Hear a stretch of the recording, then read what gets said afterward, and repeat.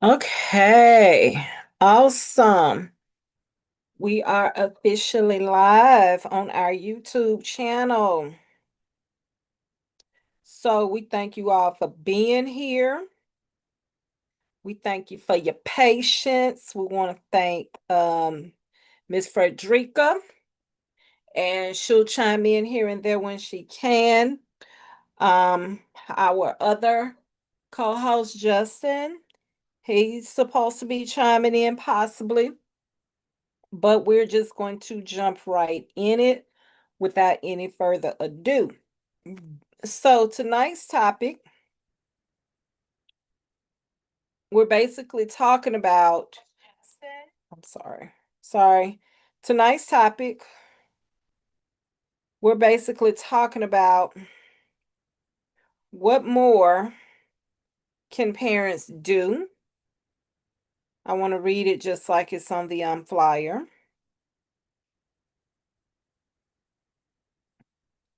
So, what more should parents do to improve de- developing their children? So I got to type on the flyer, but forgive me. What more should parents do when it comes to developing their children? So I will start with myself as a parent myself, and I will speak about some things that I feel like I could have done differently.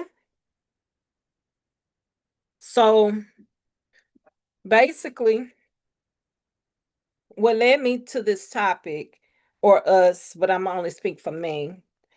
This topic, I think, my most humble opinion, I think this topic is necessary because we talk about these kids being lost out here in these streets. We talk about these kids, this generation.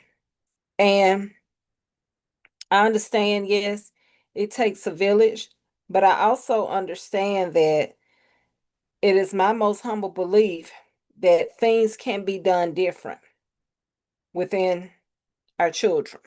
Okay. So for me, I'll use myself for an example. I try to overcompensate in material things. Yes, my kids had to go to church. Um, my kids got spanked or whooped or whatever you want to call it. They got punished.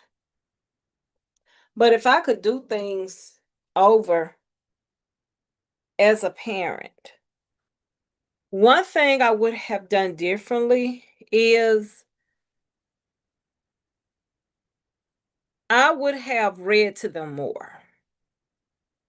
I would have read to my children more. I would not have waited um until whenever to start working on reading. Yes, my kids could count.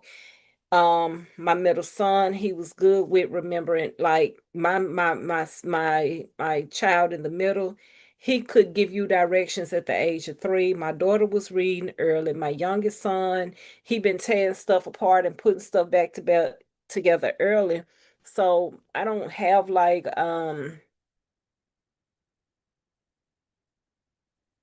they're not delayed in that area. But however, as a parent, I should have cut the TV off more. I honestly feel like I should have cut the TV off more. I probably would not have let as many people watch my children.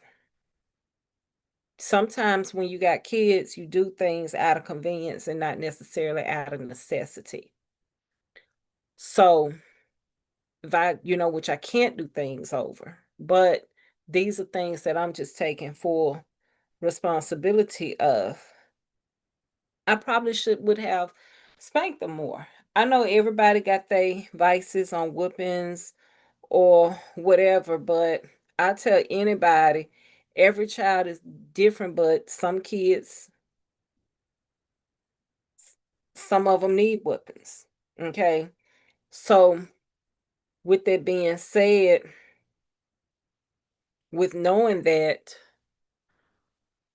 I would have not allowed them as much TV time. I personally would not have done that as a parent. I would have worked with them more on their handwriting. I would have worked with them more on their flashcards, their numbers, the reading part. I would have worked more with them on reading. Um, Instead of telling them to clean up, telling them to clean up. I should have shown them to clean up the way that I wanted them to clean. I was taught how to make a bed. I wasn't told how to make a bed.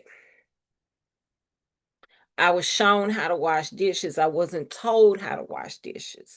I was shown how to sweep. I wasn't told to sweep. I was shown how to dust.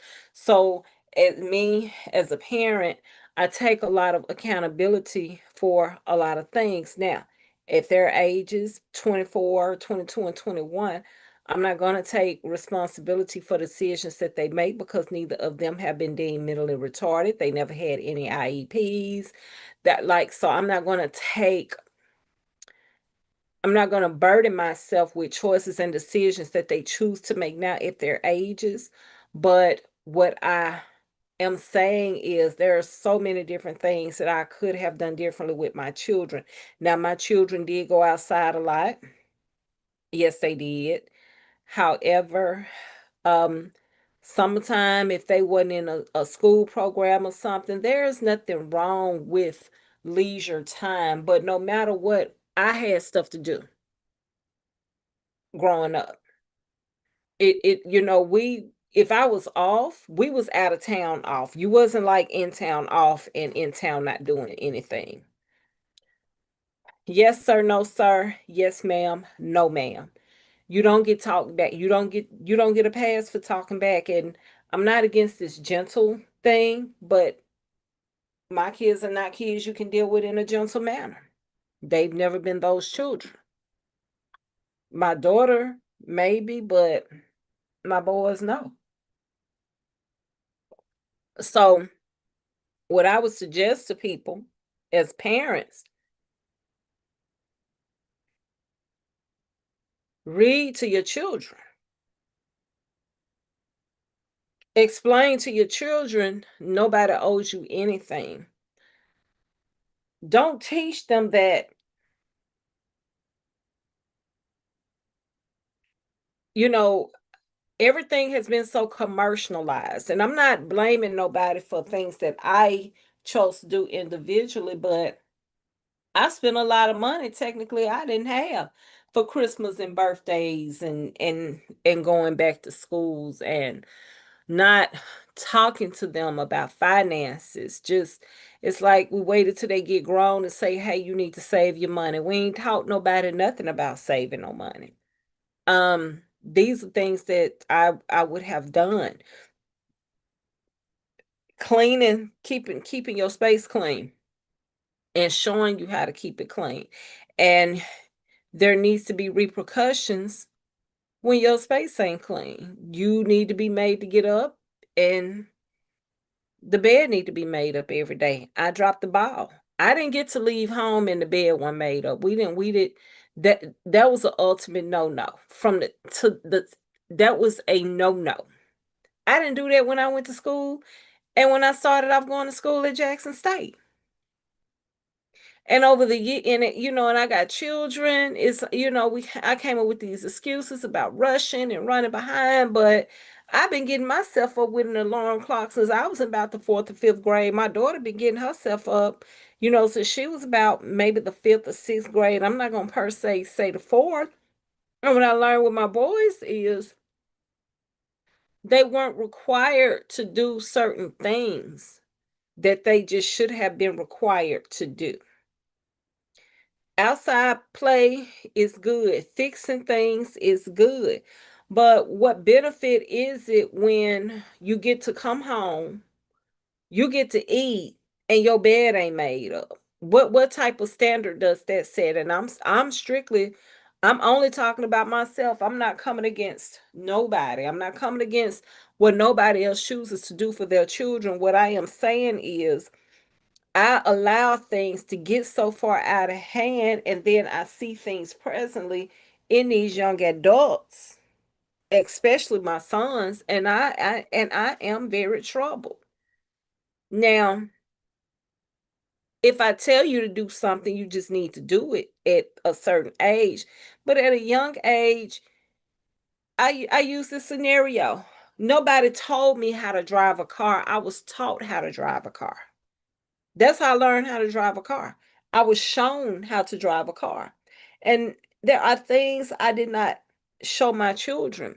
I just wanted them to clean up without showing them how to clean up. I wanted them to sweep without showing them how to sweep. I wanted them to clean out a tub without showing them how to clean out the tub.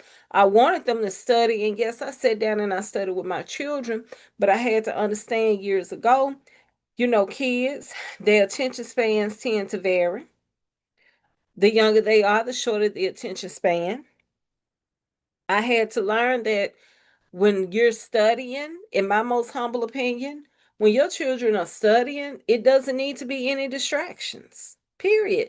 I have no I if I'm working with my child over homework, I don't need to have the news playing or my favorite show playing in the background. It's technically a distraction. They ate for the most part every day before school, for the most part, and if they didn't eat before school, they made it to school in time enough to eat. But I would have shown them how to iron their clothes. I would have shown them how to organize their clothes. I would have shown them how to properly wash, instead of them just thinking you could just throw everything in the washer at one time. These are things that I realized that I flawed as a parent. If you ever turn your nose up, you need to get reprimanded for that. Young people don't get passes on going back and forth with adults. They should not. I didn't get a pass. My children got a pass to a minimum, but I'm not finna act like they never did it. Loading them up full of sugar. These are things that I did that I feel like I should not have done. As your children mature and they getting older,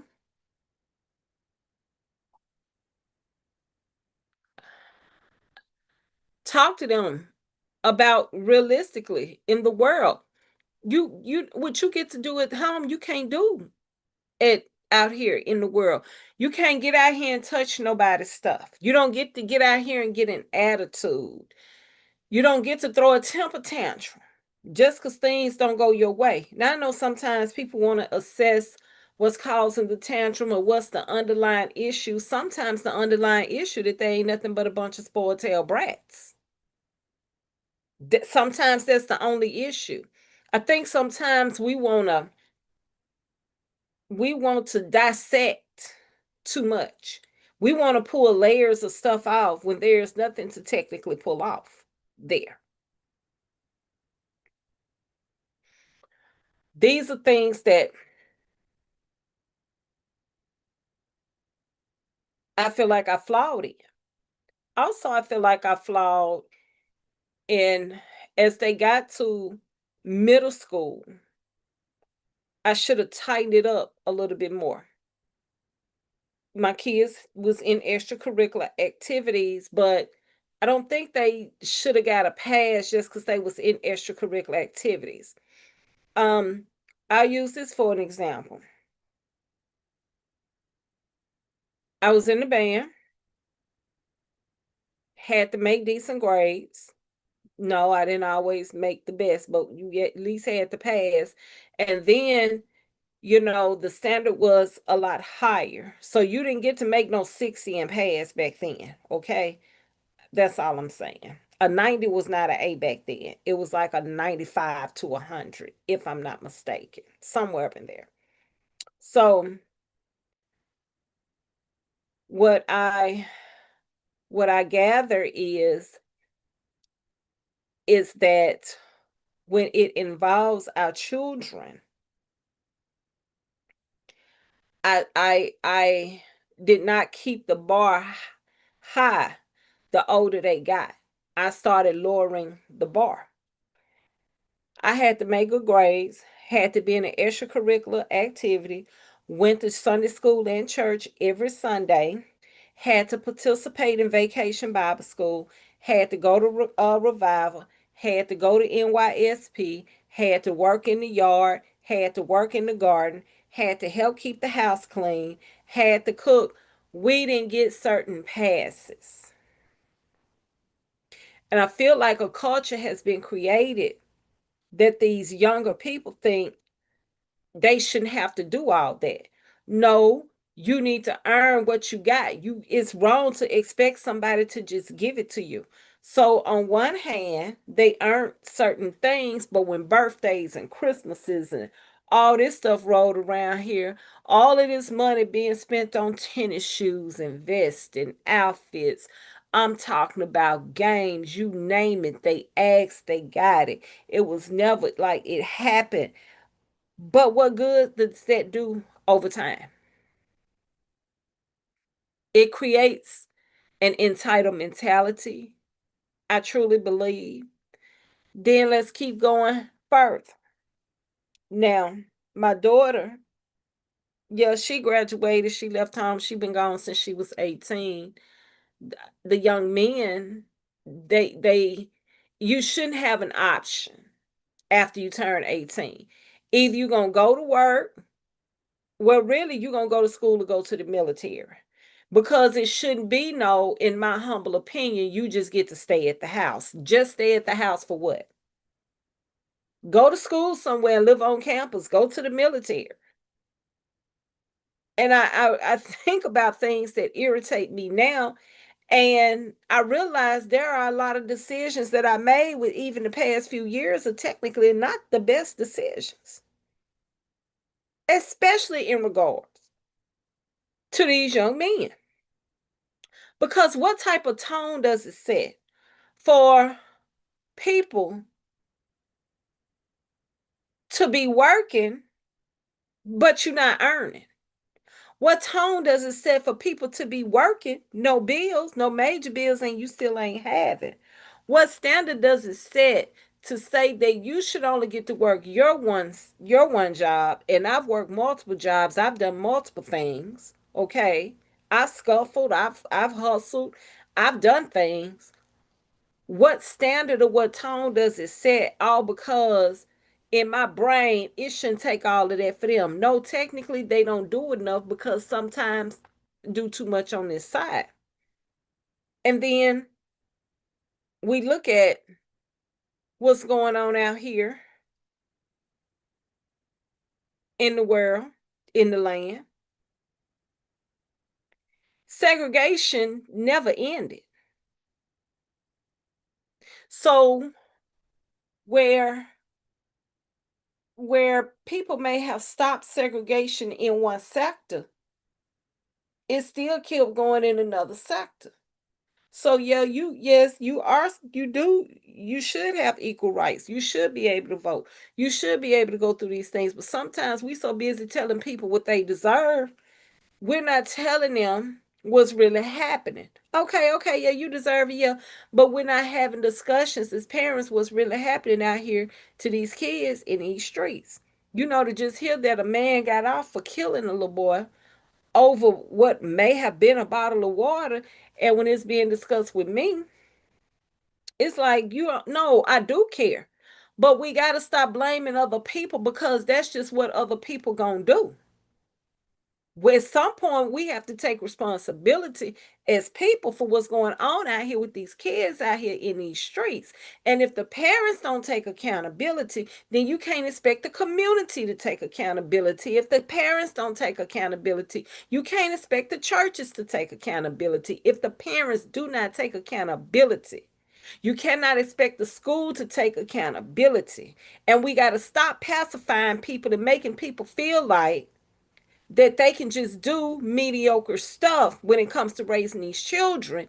And these children ain't prepared to even be out here to go to school. They're not prepared to get out here in these streets. They don't know how to deal with police officers. They disrespecting their teachers. It starts at home. Period. People don't want you telling them how to raise their kids, but then people will turn around and ask you to help save their children. People don't want you judging how you raise your kids, which none of us should be judging anybody. But people won't take your advice, but then people will turn around here and ask you for some help. So when the question arises, what more can parents do? Or should parents do to improve the development of their children? First of all, before parents can do anything else, they parents have to say, look, I'm going to take accountability as a parent. I'm not going to blame the school. I'm not going to blame the system. I'm not going to blame the church. I'm not going to blame my mom and my dad and them because I'm not going to blame nobody. Creating a culture to where people want to sit up and point their fingers about things that are going on is the very reason that these kids out here in these streets dying. They're not dying because this crazy fool then chase somebody down the street over what possibly may have been a bottle of water. They died out here in these streets because they should have been made aware. No matter what your rights are, your rights are only like that at certain times. You don't have them rights at all times. You don't need to be in nobody's stuff and you not accompanied by an adult. And I know somebody gonna say, well, we gotta stop coming up with excuses, is what I'm saying. The excuse factor is the death factor of these kids. I'm gonna say that again. Making excuses as a parent is the reason these kids out here dying out here in these streets. And people say, oh, you need to catch them early. You do need to catch them early because they get to a point in life, they some of them, mine just gonna buy all their common sense. I can't, I, but the goal is to prevent that before it gets to that point. And don't think parents don't wrestle with shoulda, coulda, woulda. Don't think parents are not hard on themselves when they see certain things are happening with their children or with the children that they raise. Don't think parents don't feel that level of guilt later on in life, because I do, but the situation is what I'm feeling right now has nothing to do with the present moment, because the present moment could have been better if I would have done things a lot differently when they was younger.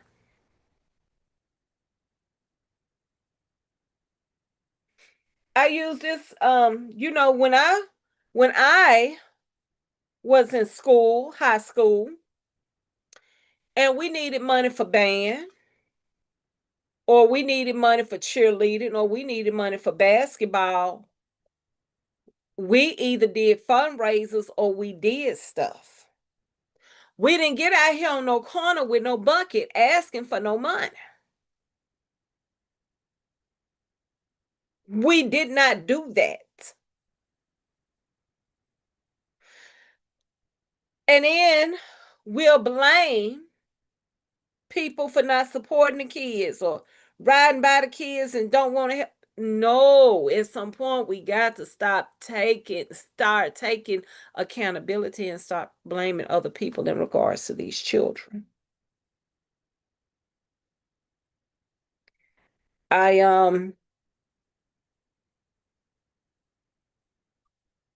I know for a fact there are a lot of people that have been through things with their children. And I know for a fact there are a lot of people that are too hard on themselves in regards to their children.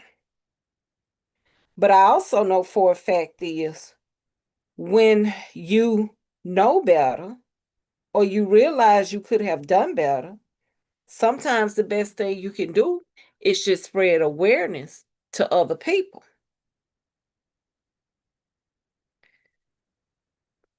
My goal is to try to help save these children. But in order to help save these children, parents, we have to take accountability for what we not doing. Not knowing if your child made it to school safe, not knowing if your child skipping school, not knowing where your kids are. Just a few weeks ago, I was coming home after leaving one of the stores, and there was three small children walking up and down one of these streets. No, not even a preteen was present.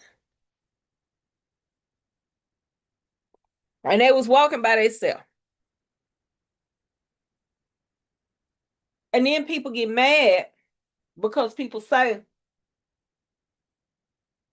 y'all need to be out here having these children. It's deeper than finances. You have to be willing to be present or have somebody present that you can truly depend on. Now, me, I'm a new granny, and I hope I'm able to be present for my grandbaby. I do. I want to be able to be present for him.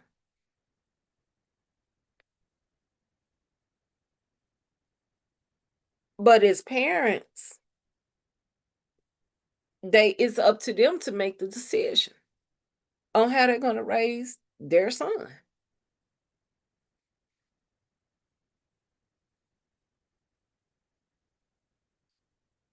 Having people convinced that the world owed them something is a bad misconception.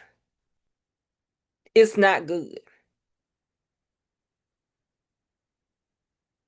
The world don't owe you nothing. Parents, they don't owe nothing to your kids. We talk about people shouldn't be in relationships for money. And I'm going to go there. But when we see what's happening in the land, if you're able to work, in my most humble opinion, you need to get your butt up and go to work. I don't care who don't like what I say. There's been plenty of times I worked a few jobs. Who is anybody else that they ain't got to get up and work? As much pain as my body been in.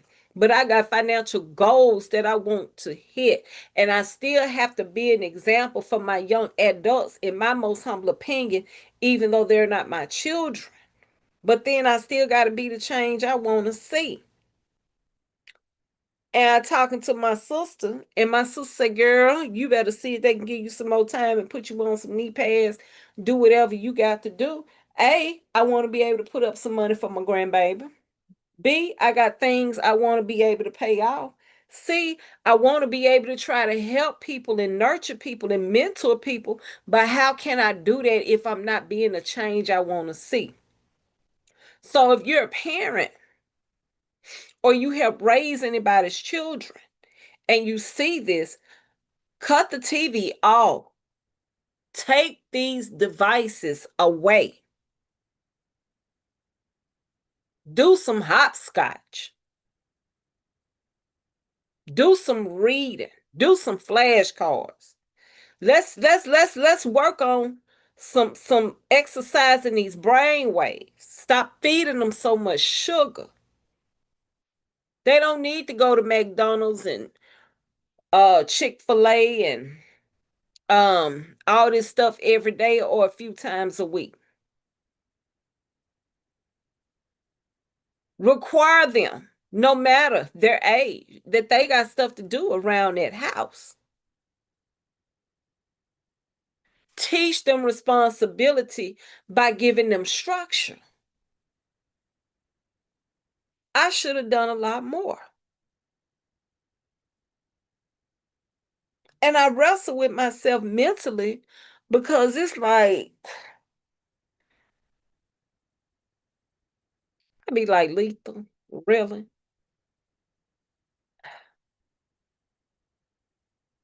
That's not a good feeling. When it's put in your face that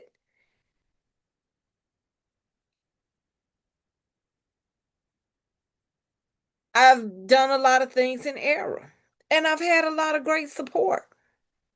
And I am truly thankful for the support that I have given.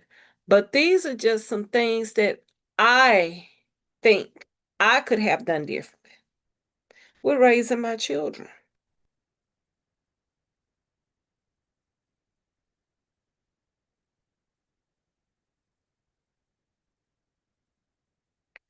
It bothers me knowing that young children, Black kids, out here dying at the hands of other people, all because they haven't been given the structure. And I'm not saying, I just feel like we can do more in saving them, but we can't do more. What I tell people, talking about the problem and blaming other people don't get nothing done. It doesn't solve anything. It doesn't help anything. So sometimes people can talk so much about the problem, and then people still have no solutions because some of these problems been around for all of these years. And doing the same thing, expecting different results by definition is insanity. Holding all these conversations and patterns, the patterns have to change.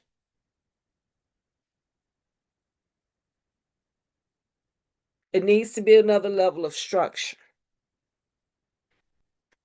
And parents, y'all, if you and I'm gonna say this: if you don't want nobody chastising your child, they need to be, they really, in my most humble opinion, need to be, you need to homeschool. Frederica, yes, ma'am. Unmute yourself, sweetie. Hey, hey, can y'all hear me? Yes, ma'am. All right. Y'all forgive me. My camera is not working this evening. It's okay. Um, but yeah, most of the things you said, Letha, I kind of went through with my daughter. She's 17, well, almost 16 now. She'll be 16, well, 17 in a couple of weeks. Um, but when she was younger, I've been a single mom her whole life. So I've been you know, the the one who's provided for her and had to work two jobs and in between those two jobs, trying to be a mom was very difficult for me. And I'm not using it as an excuse, but it was a challenge, because I was working one job, I was working overnight, and then the other job I was kind of working like in the middle of the day, like 11 in the morning to 5 in the evening, and then having that little gap of time, and then having to be in my overnight job at like 9 or 10 o'clock at night, and having to work that job till like 6 or 7 o'clock in the morning. So I've been there, and working those two jobs like that, it was a challenge. um I can say that I did try. I was always there. I've always been very active in her school. Sometimes I feel like I'm way too active. um but I also feel bad because sometimes I feel like me being playing an active role in her school, like being on the PTA and being on these different booster club boards, that doesn't take away from me being a mom, because there were so many things that I tried to protect her from and keep her from, that I should have just allowed her to experience, and kind of let her figure certain things out for herself. And then, like you said, um we're always telling our kids to do something, but not really showing them how to do it. And I feel like this where I'm at with my daughter. I'm always telling her, oh, you got to save your money. You're working now. You got to save your money. But I'm not showing her how to do that. So that's I'm speaking to myself when I say that we really do have to show our kids, like, it's not enough for us to tell them something. Mhm. We have to show them how to do it, because how else are we gonna, expect them when they become these adults to actually do right and actually, be independent and self-sufficient? Like, we have to show them how to basically live on their own. Because I Mhm. tell my daughter all the time, baby, I'm not going to be here forever. And I'm not going to be around you all the time. And one of the things that, I kind of feel bad that I never showed her how to do, and that was to advocate for herself. Um, an example of that was the place that she works. They only gave her one uniform shirt, one, and she works this job like 4 or 5 days a week. And I had to tell her, they didn't give you another shirt. Like, usually a job, normally supposed to give you like 2 or 3 shirts at least. Mhm. So you're gonna have to like speak up and say, hey, I need another shirt. Cause like having to wash this shirt every day, it's gonna start fading. It's gonna start looking a certain way, and then management gonna start saying something about your appearance and all of this and that. And Mhm. that's what you don't want. You don't want them to, you know, you don't want it to look like you're being unprofessional because of your appearance. And so Mhm. I had to have to teach her how to advocate for herself. Just go to them and say, hey, I need another shirt. And she did. She did what I told her how to do. But then I also didn't tell her that, well, if they say this, then you need to say this. I forgot that part. So I had to go back and tell her when she said, yeah, mom, I said something, but they said that they didn't have any more. Okay, well, next time you go to work, ask them if they can just order you some shirts. Like when they Mhm. do their truck order, they can order you a shirt. They may not have any on hand, but they can order you some more Mhm. shirts because you need Mhm. some more shirts. Mhm. So having to teach her how to save her money, how to advocate for herself, and those are just small things to a giant. There's so many other things that I have to teach her. Um, we're in the process of teaching her how to drive. Okay. My nerves are a little shot, but I already know. she's actually doing really well. There are some things she needs to work on, but she's doing fairly well. Just getting used to, being behind the wheel, and we got to practice on her turns and her um parking and bagging the car up into a parking spot. Just those little things. But Mhm. other than that, she's doing fairly well. She's doing Mhm. fairly well. That's Um but yeah, being a single mom, it's not an easy thing because we do a lot of things out of convenience. Like, Mhm. child, just go find you a TikTok or something to do. Just let me rest. Because I'm tired. I've been at work all day. I've had to do a meeting after work. Then I gotta come home. I gotta cook. I gotta get ready for tomorrow. Gotta make sure you do your homework. Like, it's so much stuff, and it's just more convenient to just push a device in their face. Mhm. And then that's something that we have to get out of. Like, we have to be a little bit more active in our children's lives. Like, not just being on the PTA and not just showing up for the meetings and not just going to the parent teacher conferences.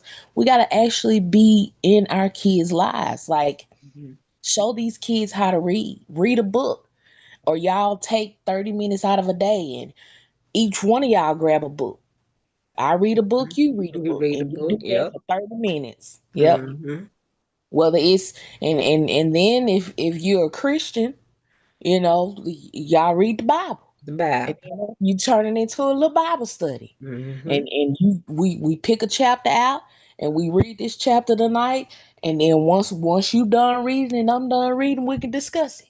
And, and Mhm. and go from there. And we turn that into a little Bible study. Yes. It's just little things like that that really do go a long way. And when they become adults, they take those things into adulthood because I watched my mama do this. This is what my mama used to do. That's something that will always live with them even when they're not around us, because it's all, oh, I saw my mama do this. I saw my mama reading the book. I saw my mama reading the Bible. I saw my mama Mhm. put up money. I saw my mama do this, and I saw my mama do this, and this is how my mama used to clean. And my mama used to use this, and this is how my mama used to cook. And Mhm. and they'll always remember stuff like that even when we're not around. So we do have to, get back to that generation where we actually taught kids how to do stuff and Yes. actually taught them how to be self-sufficient, because we Yes. have gotten away from that. We have strayed so far away from that. And Mhm. every time, I work at the children's hospital, and it amazes me the amount of kids that walk in there with devices. And these kids are not autistic. These are just regular children. They have a device, all because the mama don't want to deal with them. Well, these kids don't even have an appointment. So, I don't know your situation, but maybe you could have left them at home, or maybe you could have left them with a family member just at least for an hour or two if you didn't want to deal with them like that. Mhm. But that's a whole nother topic. Right. Right. That's a whole nother topic. Mhm. But just shoving a device in kids' faces, that's not always the right solution. In certain situations, yes, it may be, but it does not need to be something that is done like all day. It just don't. These kids need to get out. They need some fresh air. They need some exercise.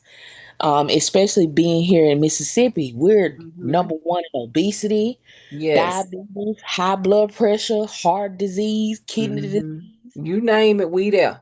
Yeah, and it's because we're not eating right, we're Mhm. not exercising, and all of this stuff starts at a very young age. It It starts when does. these kids are little kids, and we're teaching them all of these unhealthy eating habits and unhealthy, learning habits, and all of this stuff that they carry into adulthood.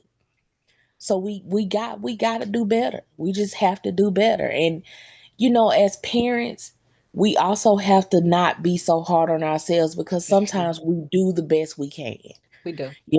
especially if you're a single parent. It's Mhm. hard. It's hard with one child. Oh So yeah. I can imagine how hard it is with two, three, four, five, six, seven, eight. And you're being a single parent by yourself. I can just imagine. I can just imagine. And we do the best we can. So we also have to give ourselves some grace, because we Mhm. do the best we can. And in the moments that we have with our children, no matter how old they are, we do the best we can. So we do have to give ourselves some grace.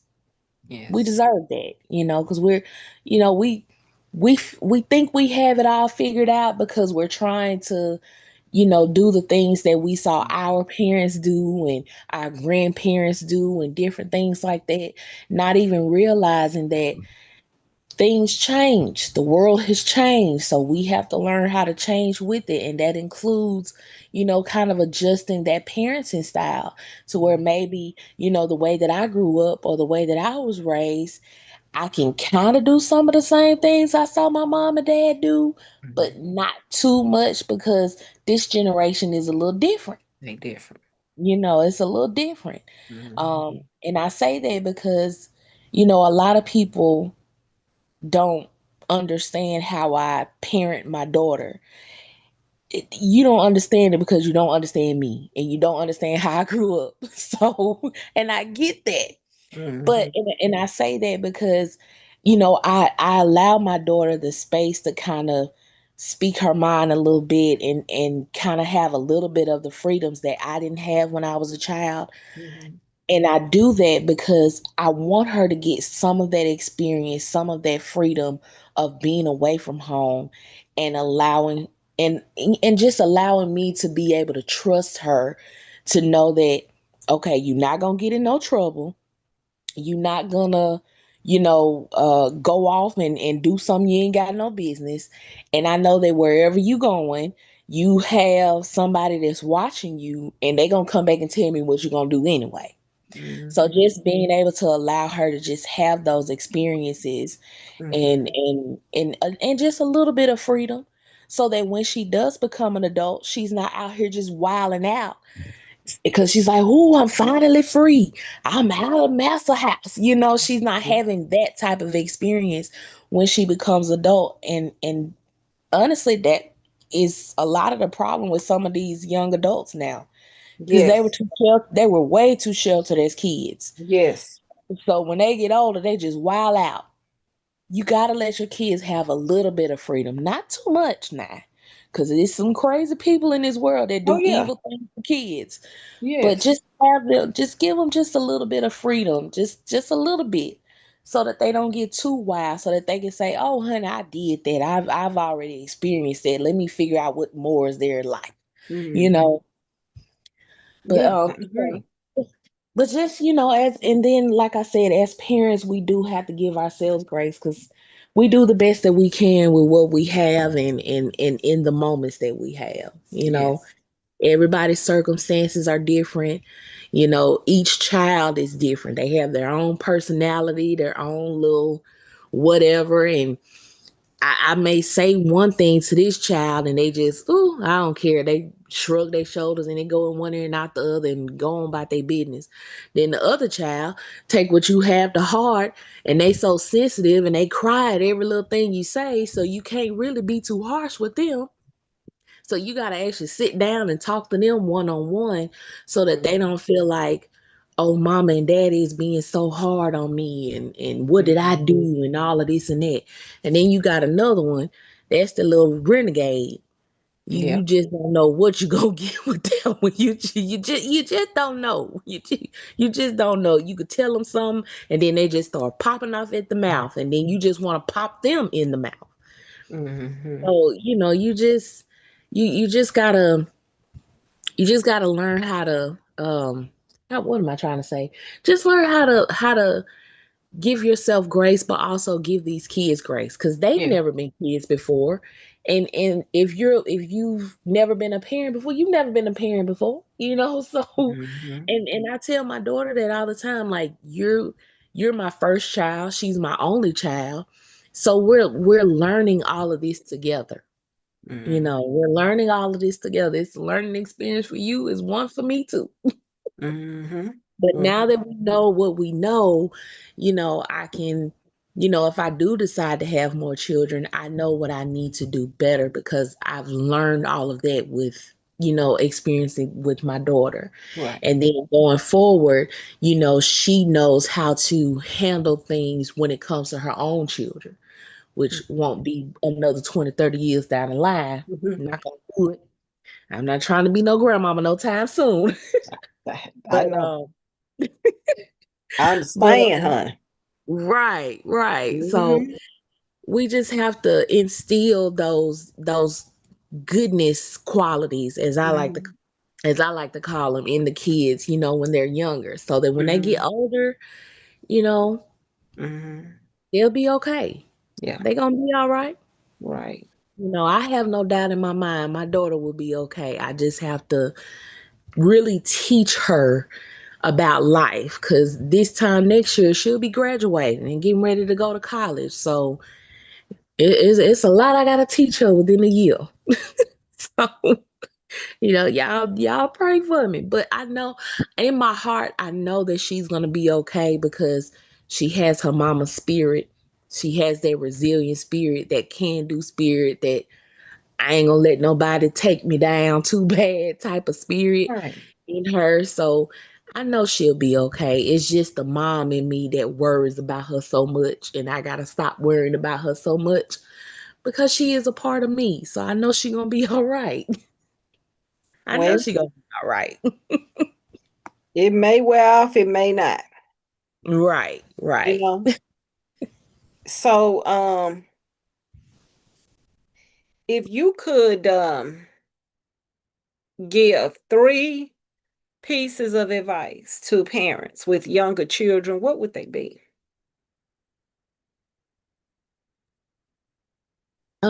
Three pieces of advice. Mm-hmm.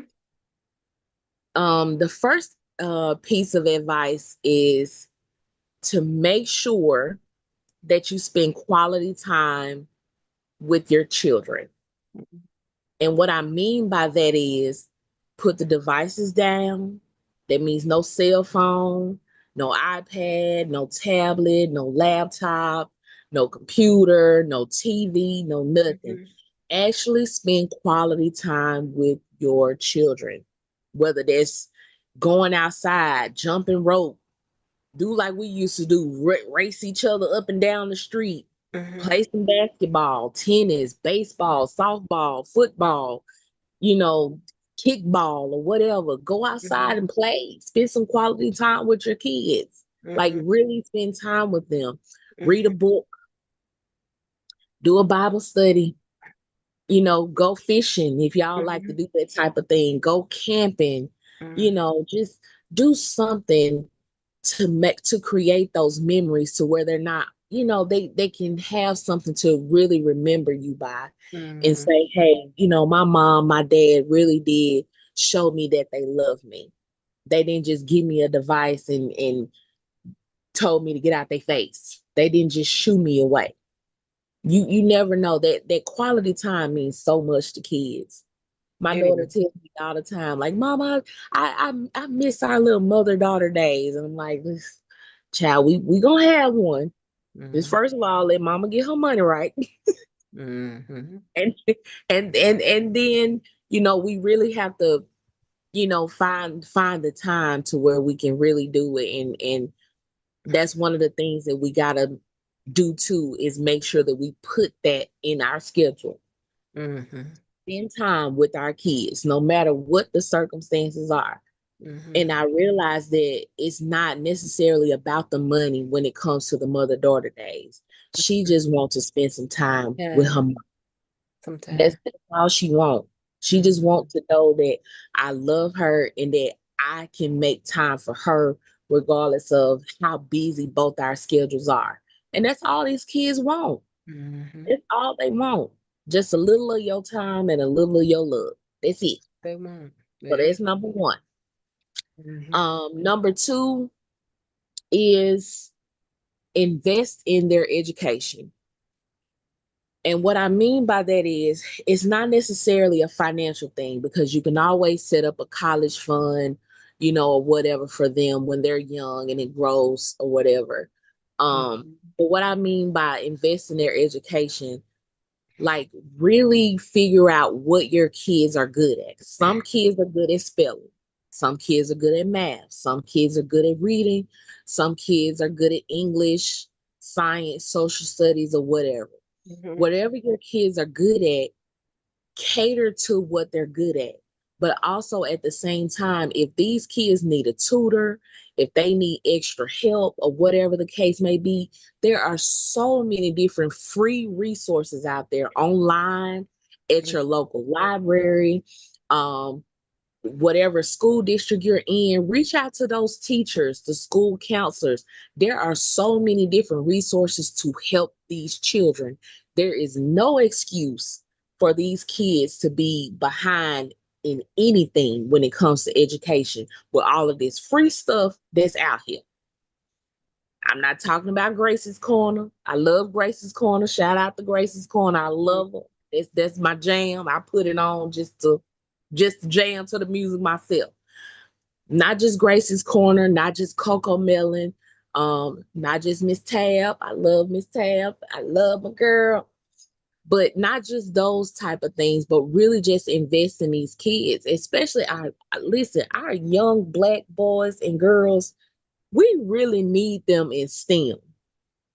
We really need them in STEM education, science, technology, engineering, and mathematics. We really need them in these professions. We really need them. We need more Black doctors. We need more Black scientists. We need more Black engineers. We Yes. need more Black mathematicians. We need Yes. more Black teachers, period. Mhm. Period. I cannot tell you the impact of a Black male teacher on a child's education this day and age. Lord have mercy. Y'all, listen. Invest in these kids' education. It's so many different free resources. All you got to do is open your mouth and say, I need help. That's all you have to do. That's all you have to do. And when you do that, there are so many different organizations out here that are willing to help these kids. Mhm. All you got to do is open your mouth and say something. You never know who knows who. You never know who's affiliated with who. You just never know. Invest in these kids' education. All right. So number 3, Mhm. um, parents, take care of yourself. Self-care is so important when you are a parent. It is very important. Self-care is very important. And I know a lot of parents are like, oh, I don't have time to take care of myself. I don't have time to do this because I got to do this and I got to do that. And oh, I'm a single parent and everything falls on me. I get that. I totally get that. I am a single parent myself. So I get it. But we still have to make time for ourselves because you can't pour from an empty cup. You just can't. You can't pour from an empty cup. You The cannot. saying goes, my cup runneth over. Mhm. If you don't have nothing in it, it's not going to run over. You That's don't have true. nothing to pour into anybody because it's empty because you're not taking care of yourself. And then you easily burn out.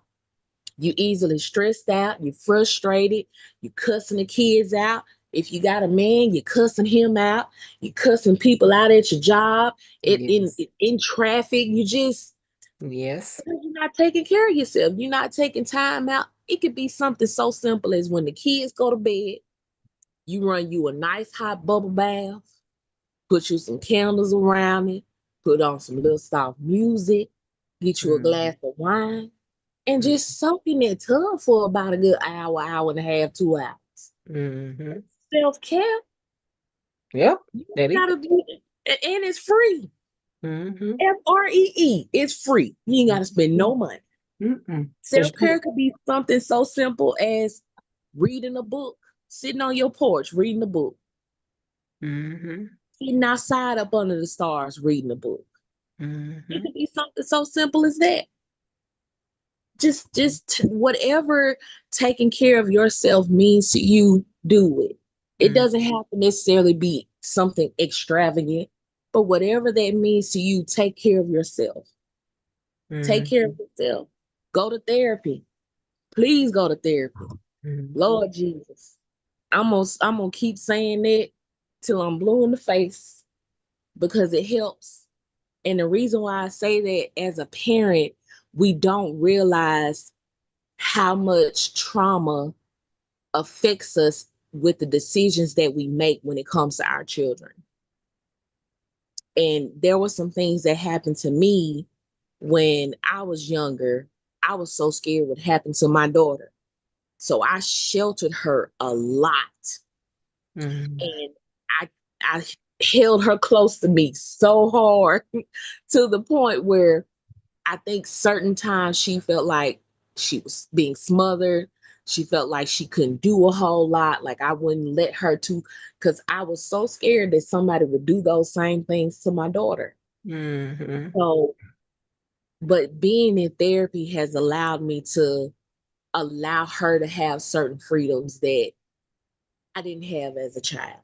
Mhm. And I'm working through those things, and it's allowing me to have a better relationship with my daughter and to be able to have certain conversations with her that otherwise I wouldn't have been able to have because, Mhm. I'm too caught up in my trauma, Yeah. too caught up in, oh, this happened to me when I was younger. So I'm not going to let this happen to my child. And I'm not going to let her do this because this might happen and da da da da da da.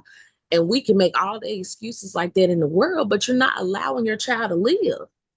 So when Mhm. they do get older, they wild out, they lash out and do all of these other different things, and you're wondering why. It's because you, what's the saying? You were bleeding on them. You allow your scars, your unhealed scars, to bleed onto those children that did not do anything to you. Mhm. You can't keep bleeding on people. So you got to take care of yourself from a physical standpoint, a mental standpoint, emotional standpoint, and a spiritual standpoint. Mhm. So taking care of yourself as a parent is so important on so many different levels. Yeah. You have got to take care of yourself, because if you don't take care of yourself, first of all, who will? Nobody. And then if something happens to you, who gonna take care of your children? Mhm. Because ain't nobody gonna take care of your children better than you. Sure ain't. Ain't nobody gonna take care of them kids better than you. Mm-mm. So you have, taking care of yourself is very important. It's very crucial as a parent. And don't ever feel guilty for doing that. I tell you sometimes, and my daughter might get upset with me when I say this, but sometimes I go to a restaurant and eat by myself, or Mhm. I just go get me some ice cream or something and just sit in the car and just eat my ice cream. Yeah. I don't even buy my daughter none. I don't even call and ask her if she wants something. And I know a lot of people, you so wrong. That's just wrong. You her mama. You supposed to buy her some.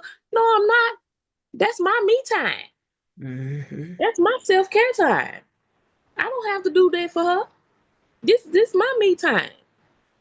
So if I want to go and buy me a large ice cream and sit in my car and eat it judgment free with no child, nobody around me, I'm just listening to some music, singing at the top of my lungs, all off Mhm. key. Then let me do that. That's my me time. That's my me time. That's me filling my cup up so that I can go and take care of her. Right. So, and sometimes you have to do stuff like that. And that's okay. And you shouldn't feel guilty as a parent for doing something like that, because that's part of your self-care. But yeah, do those three things: invest in your child's education, take care of yourself as a parent, Mhm. and Lord, what was the other one, Lord? I done forgot just that fast.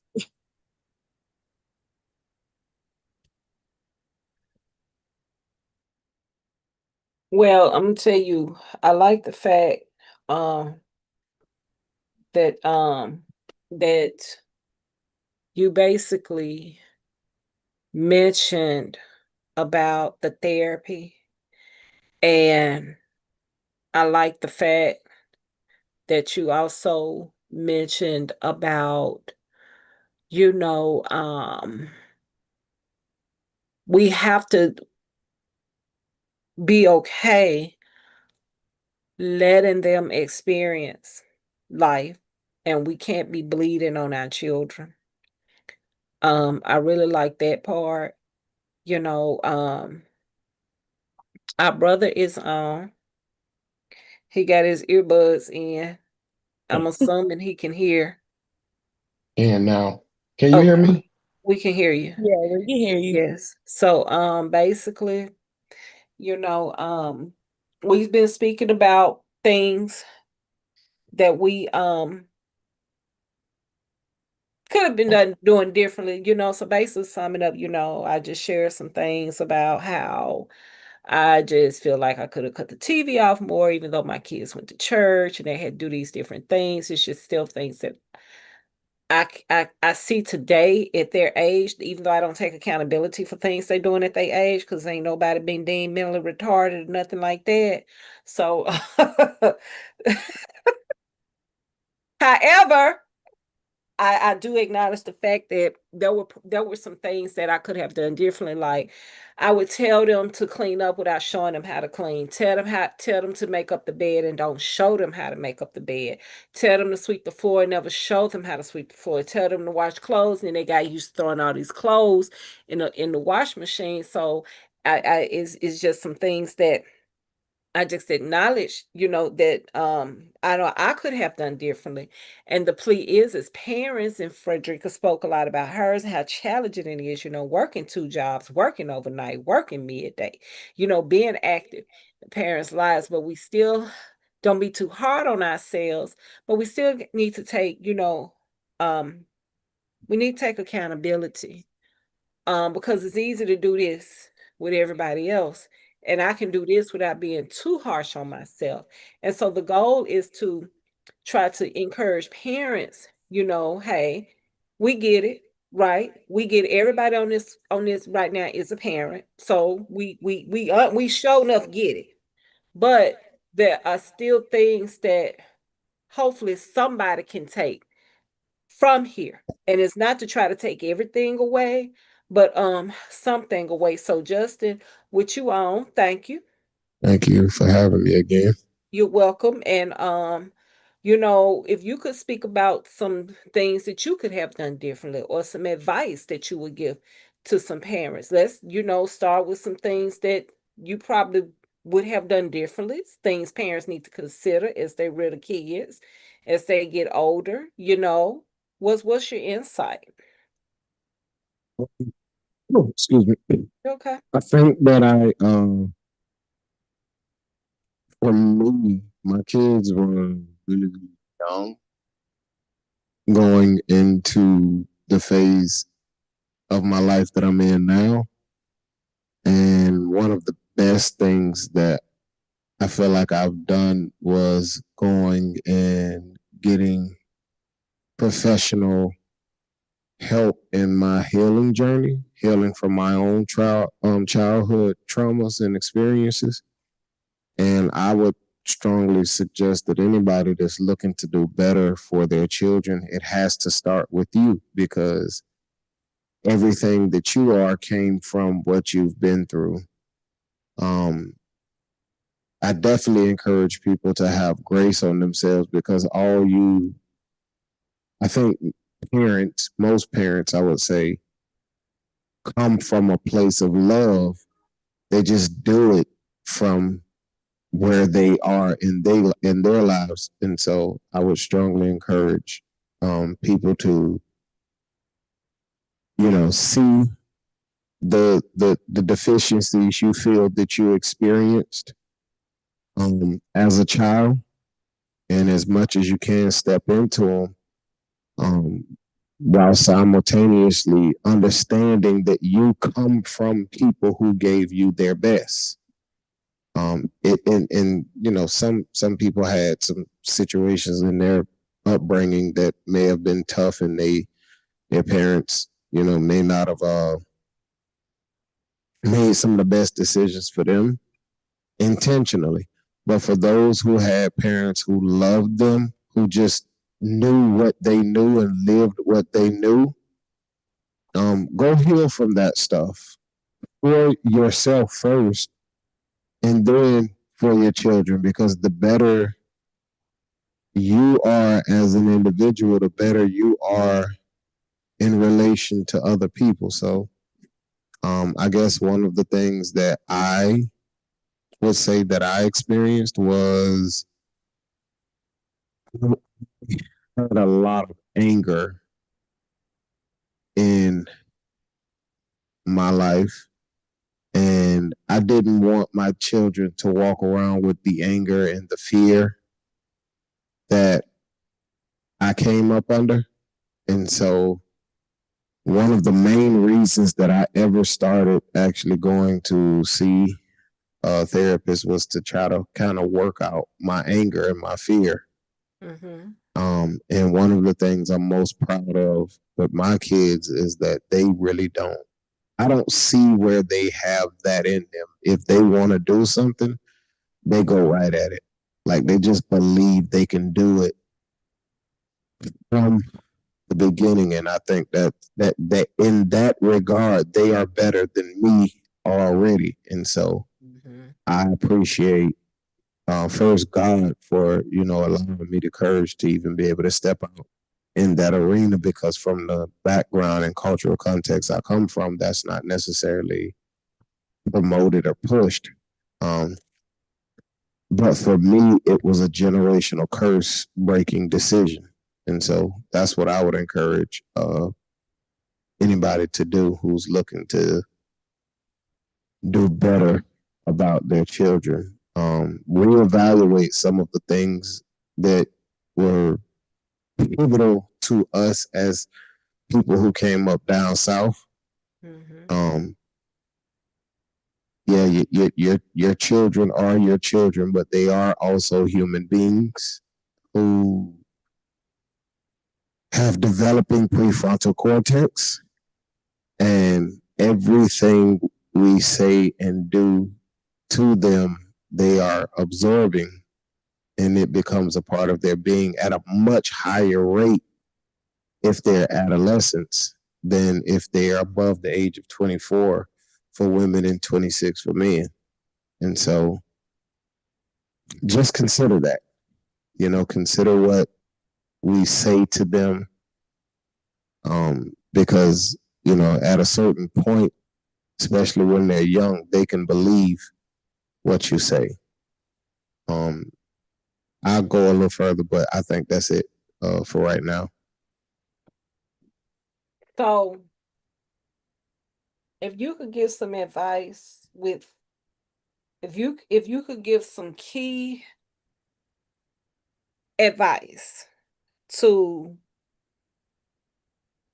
parents now, okay?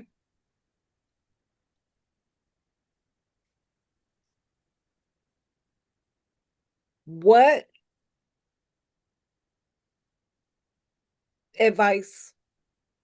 additional advice would you give? What sits at the top for you? The top 3 things for you. Number one, say let your children experience let your children experience hardship in a controlled environment, and let your children experience who they are becoming, and being molded by what you teach them, what they learn in social settings, and what kind of decisions they're making. But I guess number one for me is I think sometimes we who have gone through hardship try our best to make sure our kids don't experience it. But hardship is a very character building experience.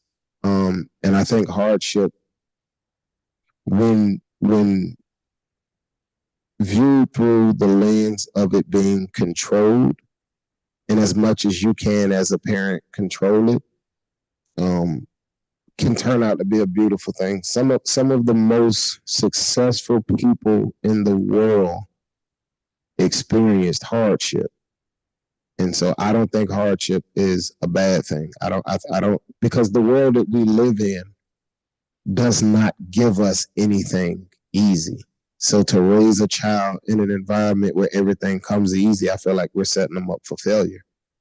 So I would definitely encourage parents to allow failure, because failure is a part of life. It's character building, and teach failure. Teach them how to recover from it. Teach them how to see it, because they are. That is something that they will likely experience at some point in life, and how we develop them in that experience has the potential to make or break life for them later on.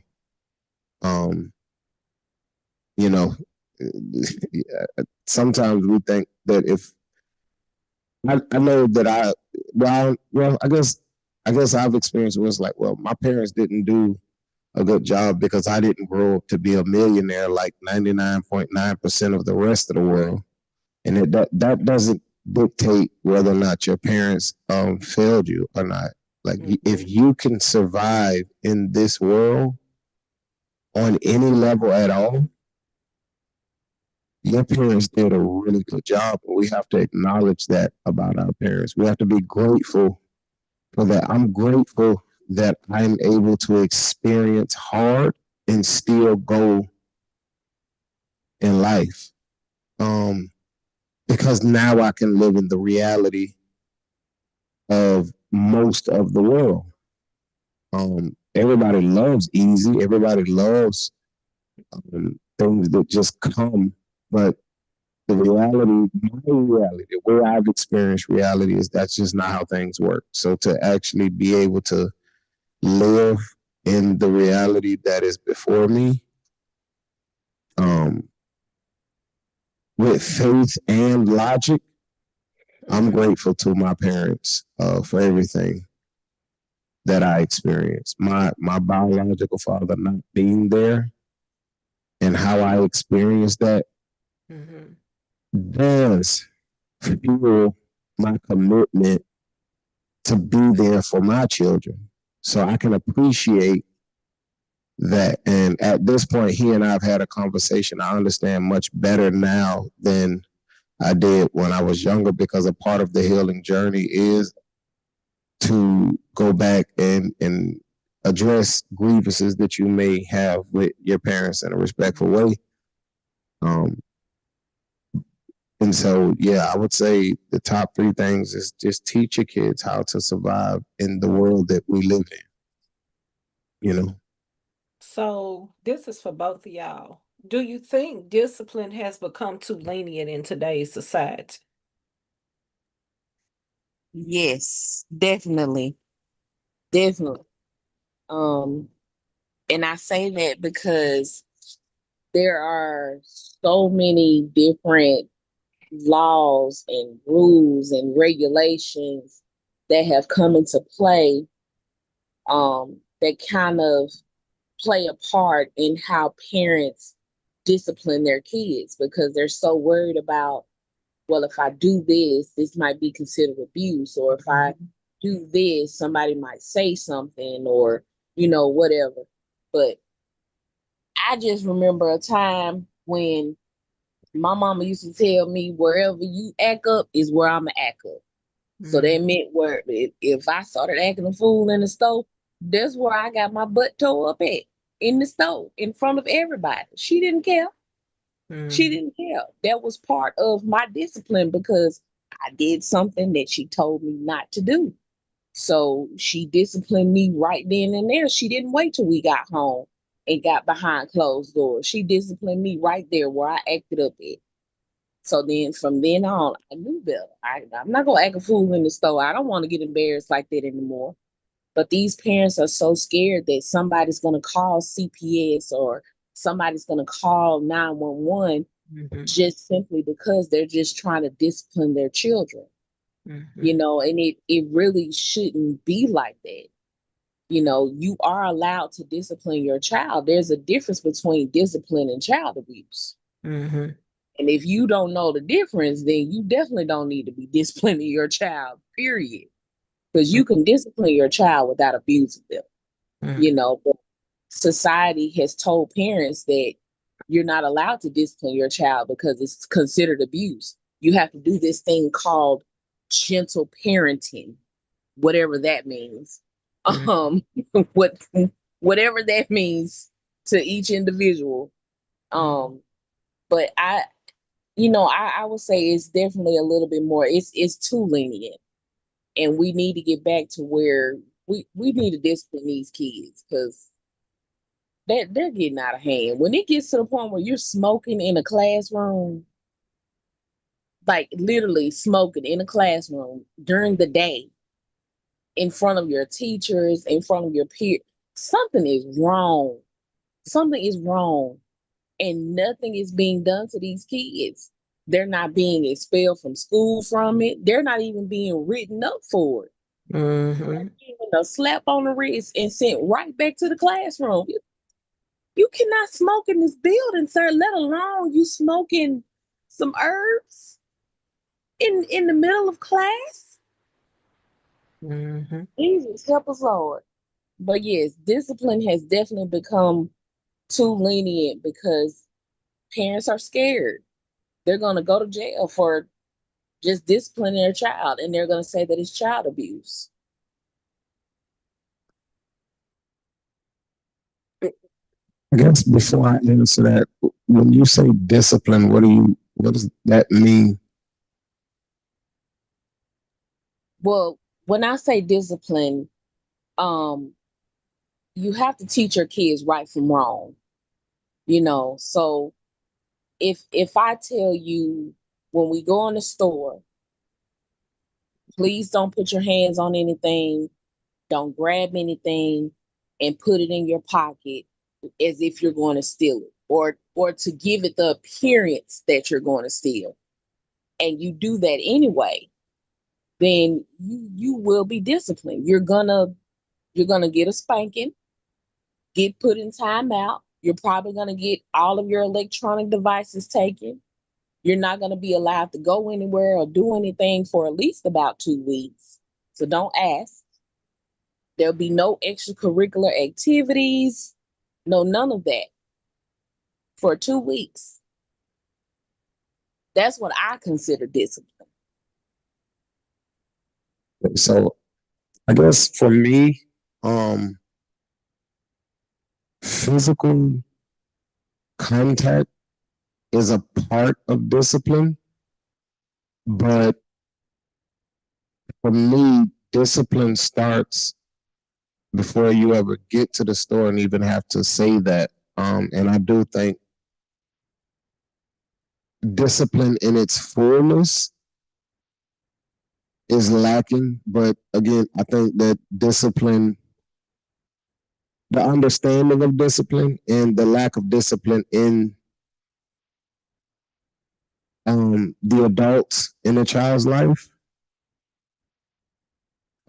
extends to the children. I'm not giving children a pass or anything like that, but I think that discipline is something that is witnessed. And I don't feel like you can raise a child in a chaotic environment and then be mad at them because their behavior is chaotic. So yeah, I definitely think like it, to me, if a child is bold enough to take like you said, herbs out and start to, partaking in it in class, that's not something that started at that class. That's something that started at home. So that issue needs to be addressed long before that child gets to the class or long before that child gets to the store. And in the kind of work I do, I work with parents who have children with behavioral disorders. And so I think that part has to be taken into consideration as well. And so I think that discipline as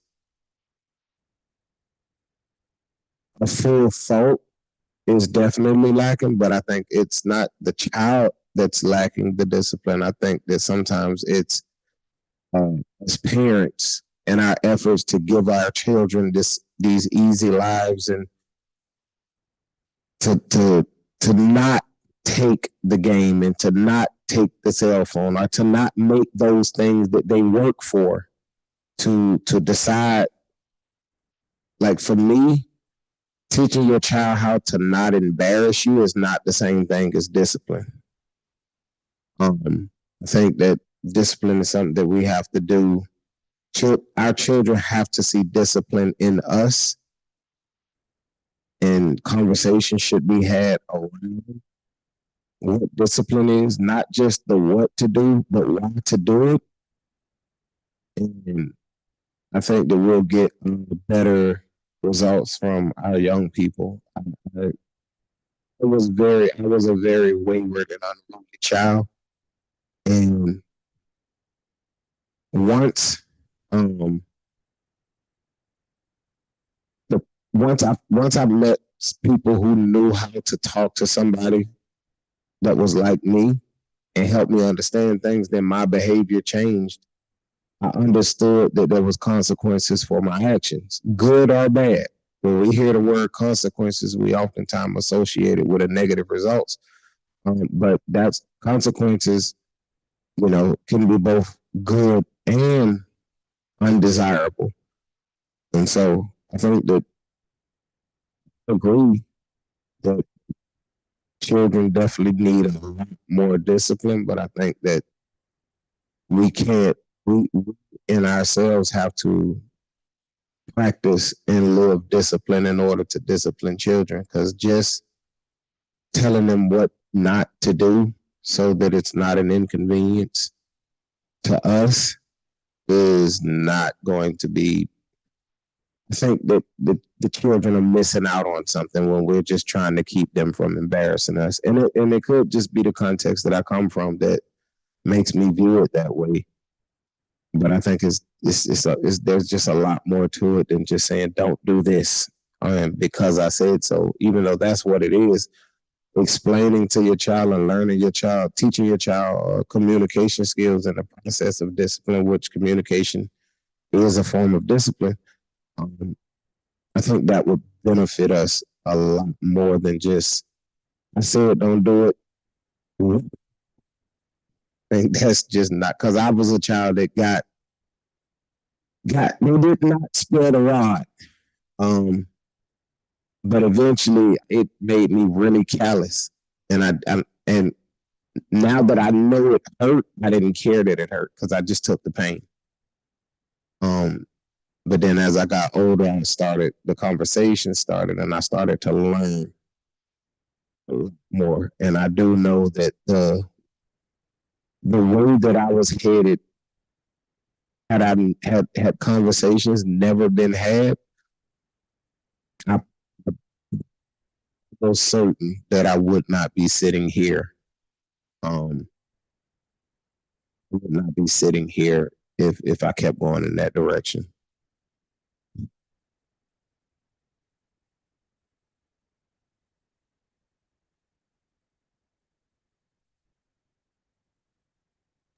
Influence. There are various things that influence our children. So, what accountability or what do parents need to do with monitoring these things that it influences our children? Now, you made a valid statement, Justin.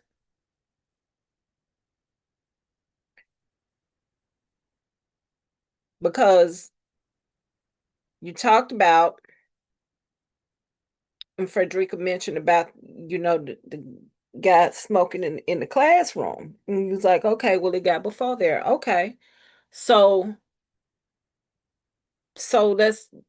we're talking about that. We also have to understand that parents, kids learn from what they see and what they hear as well. Now, I know for a fact sometimes kids can just do some crazy stuff.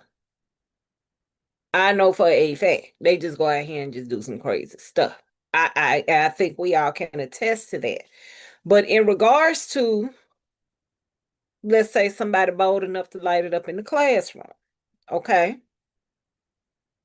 What could be said to parents about the influence that they have over their children, and while taking accountability? Who want to go first? I'll go first.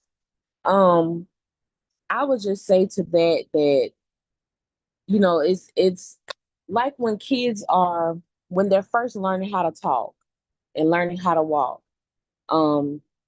You got to be careful what you say around them, because as they're learning how to speak and learning the English language, they pick up on everything. So whatever you say, they may not repeat it right then, but eventually they'll repeat it. So the only way they can repeat something, whether it's a good or a bad thing, is because they've heard it. They've heard you say it around them. So as a parent, no matter what age your child is, you have to be careful what you say and what you do around them, because kids are listening. They're always listening. They're always listening. They're always watching. And so they pick up on your behaviors. They pick up on your mannerisms. They pick up on your little sayings, your phrases. They pick up on your actions. They pick up on everything.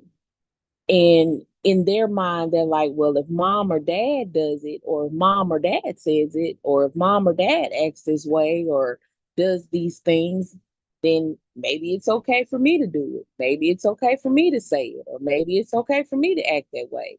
Because I've seen my parents do these things, then that makes it okay for me to do it as well.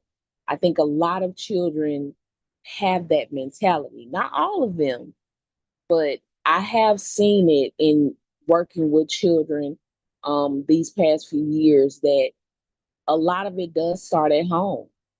I mean, it really does. A lot of it really starts at home, and some of it does come from these kids being influenced, through these devices, through TikTok and YouTube and Instagram and Roblox and Facebook and all of these different things.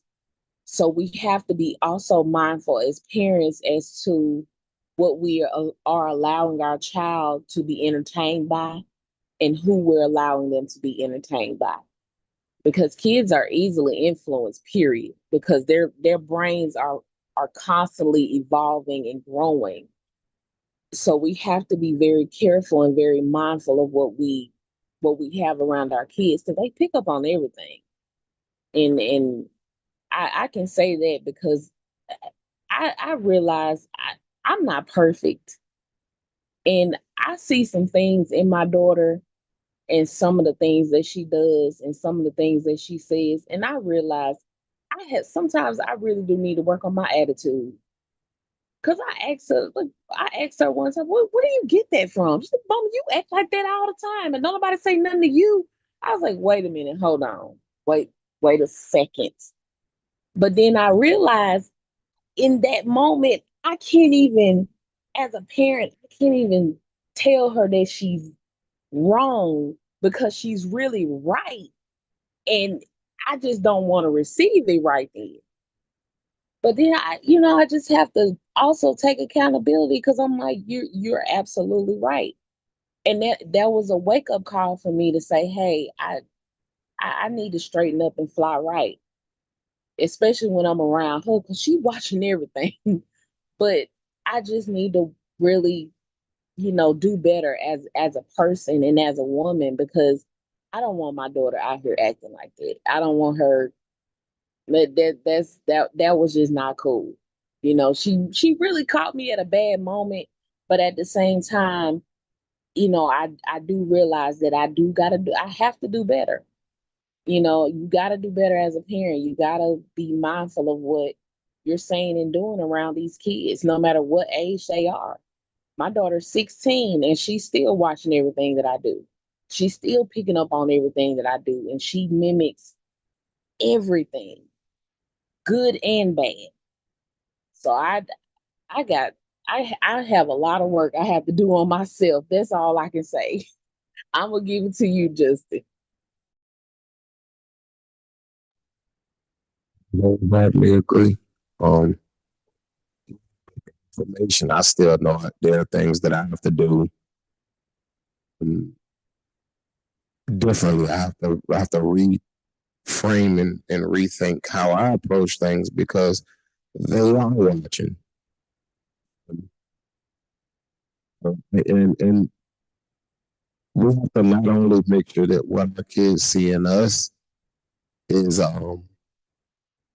positive, but in as much as we can, especially when they're young, we have to control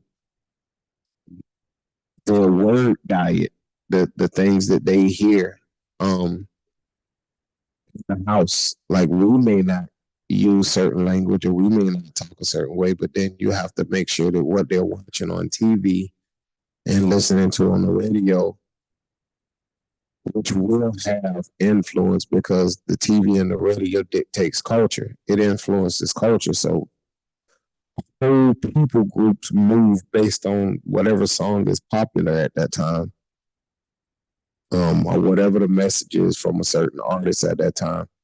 And that's another thing we have to be careful about the children to consume into their psyche.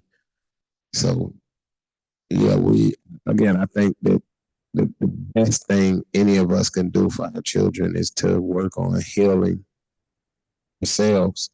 And I think once we work on healing ourselves, it just it it spills over to the children.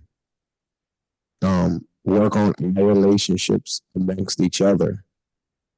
um, work on So, prioritizing truth over comfort. I think that's another thing too. But yeah, that's what I would say. did I cut you off? I'm sorry. No, you're good to go. Are you sure? Yes, ma'am. So, the reality is you got a lot of parents that want help, but don't want guidance on how to raise their children. So, I want you to say, my child, but and you're trying to guide me. I don't want your guidance. I just want you to save me and my child. Because this is real also. There are a lot of parents that won't help. There are a lot of parents that want you telling them nothing about their kids, but they want the help. They want you to save, but they don't want you to um redirect. They don't want to help you guide them. They don't want to be mentored. Because in a lot of people's mind, you telling them. So, you know, a lot of people don't believe in the village. They just want the village help when it's convenient. So how are and I'm trying to figure out, how do you connect with people who don't want to be connected to? Because a lady showed something to me the other day. I was cutting her hair.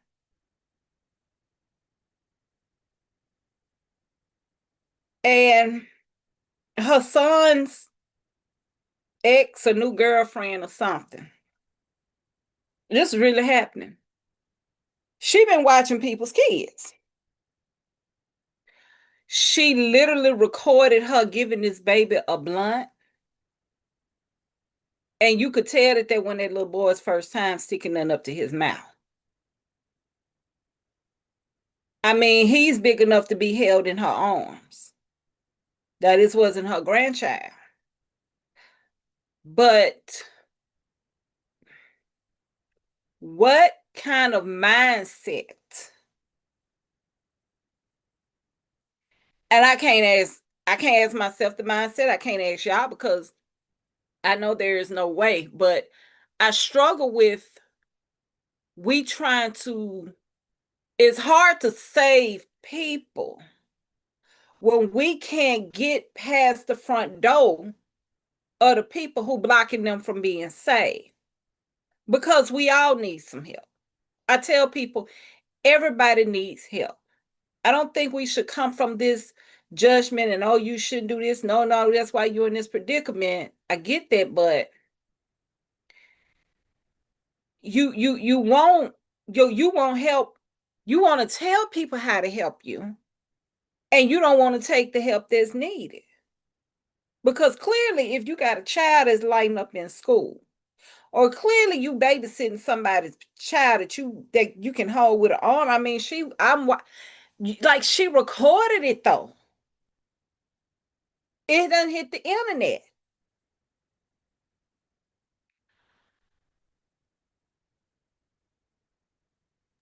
Now, I would consider that child abuse. That's just me. I most definitely consider that child abuse. Period. Jesus. I mean, I consider it child abuse, but you're not gonna tell me that whoever child she was watching, you don't know that she don't do this kind of stuff.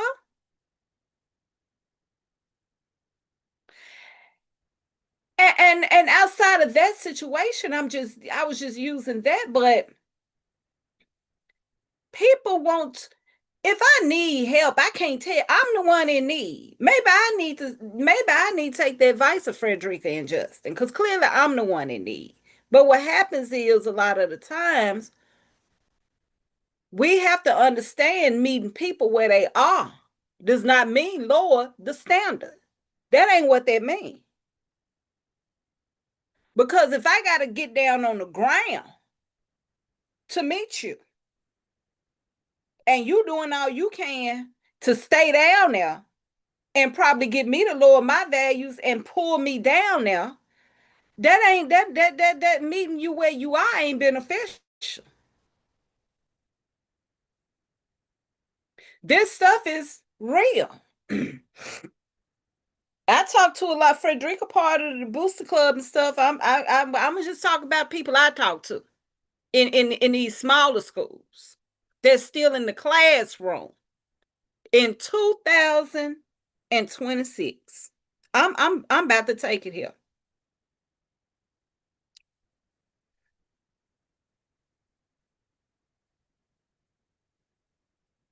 Ain't gonna be no good way for this to come out my mouth. I struggle in a black ran city, majority that's been black ran. The crime done went up. I've been in Jackson since 1996. The crime done went up. The school system done went down.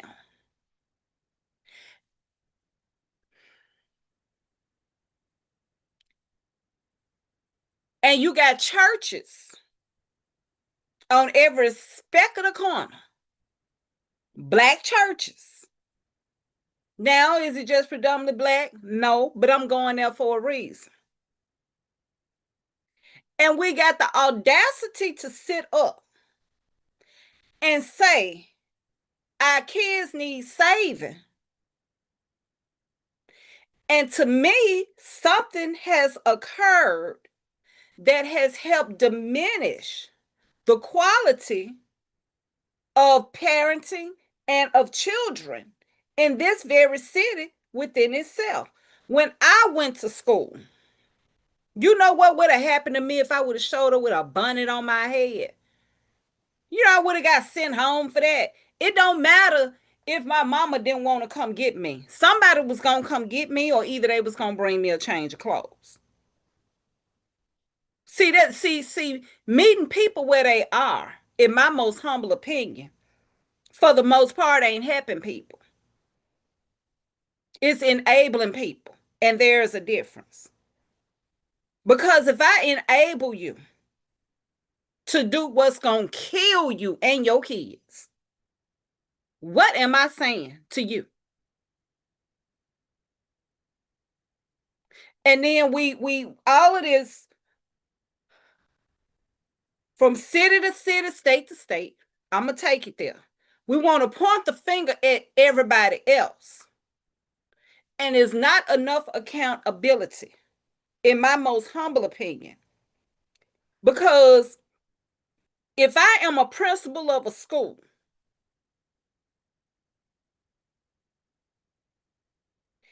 however your child show up, if they not in dress code, I need to communicate with the parent. Kids may not have the clothes. We can work on getting them some clothes. But if you just set as a parent on breaking the rules just to drop your kids off, then I should reserve the right to say, we're not going to allow this up in here if you want this child to continue to come up in here and go to school. Now we're able to help you, and we're able to help you and your child, but you got to be able to follow the rules. This culture of accepting rule breaking, I got a problem with that. I got a problem with that. I got a problem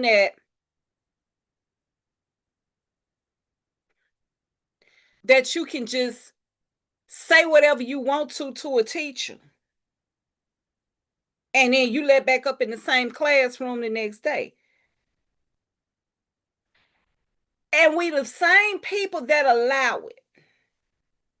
And then sit up and talk about society, for how society treats us. When the ball has been dropped, not just at home, it has been dropped in a lot of our communities.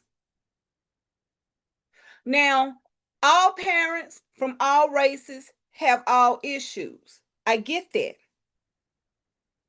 But I need somebody to name me one city.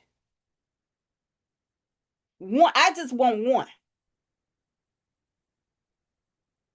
that went down and brought back up. From the crime to the education system.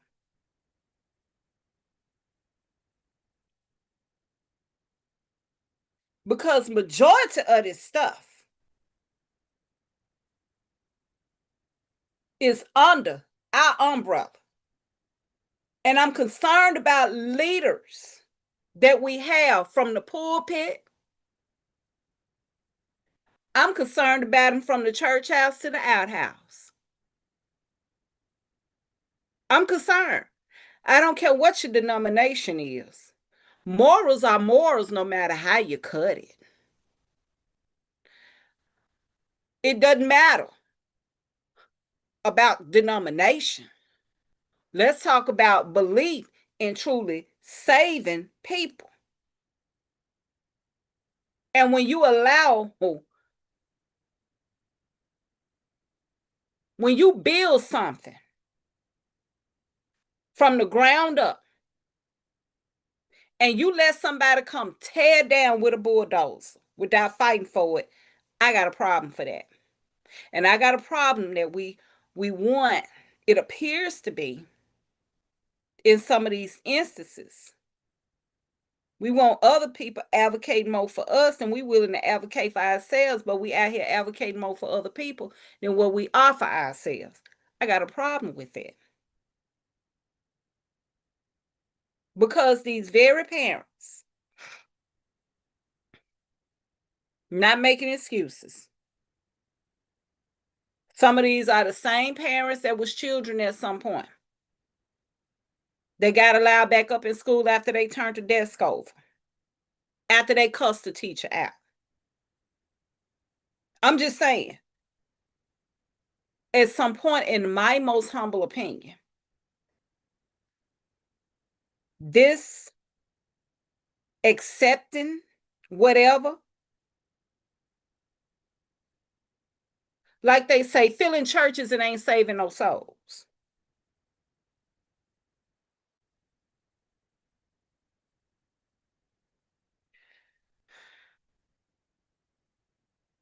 Trying to increase enrollment and kids can't read their own name in the 3rd and 4th grade is a problem with me. I'm just trying to figure this thing out.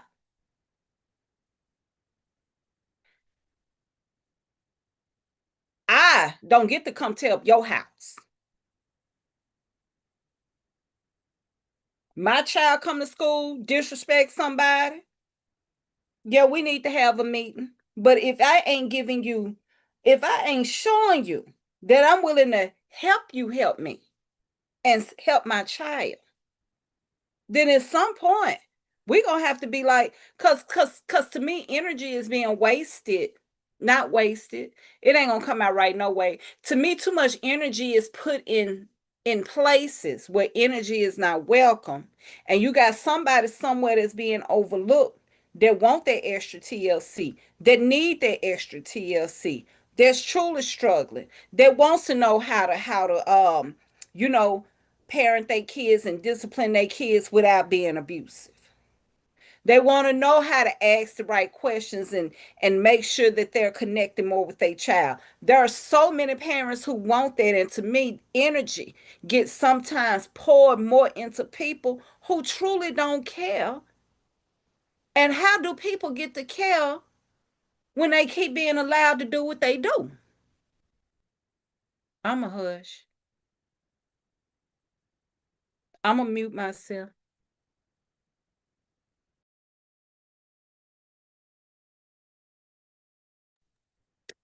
Agree with you. That's what I gotta say. I agree with you. You can't make somebody wanna change. They have to want that for themselves. They have to step back and see that the results that they say that they want have not ever came to anybody that behaved like they behave.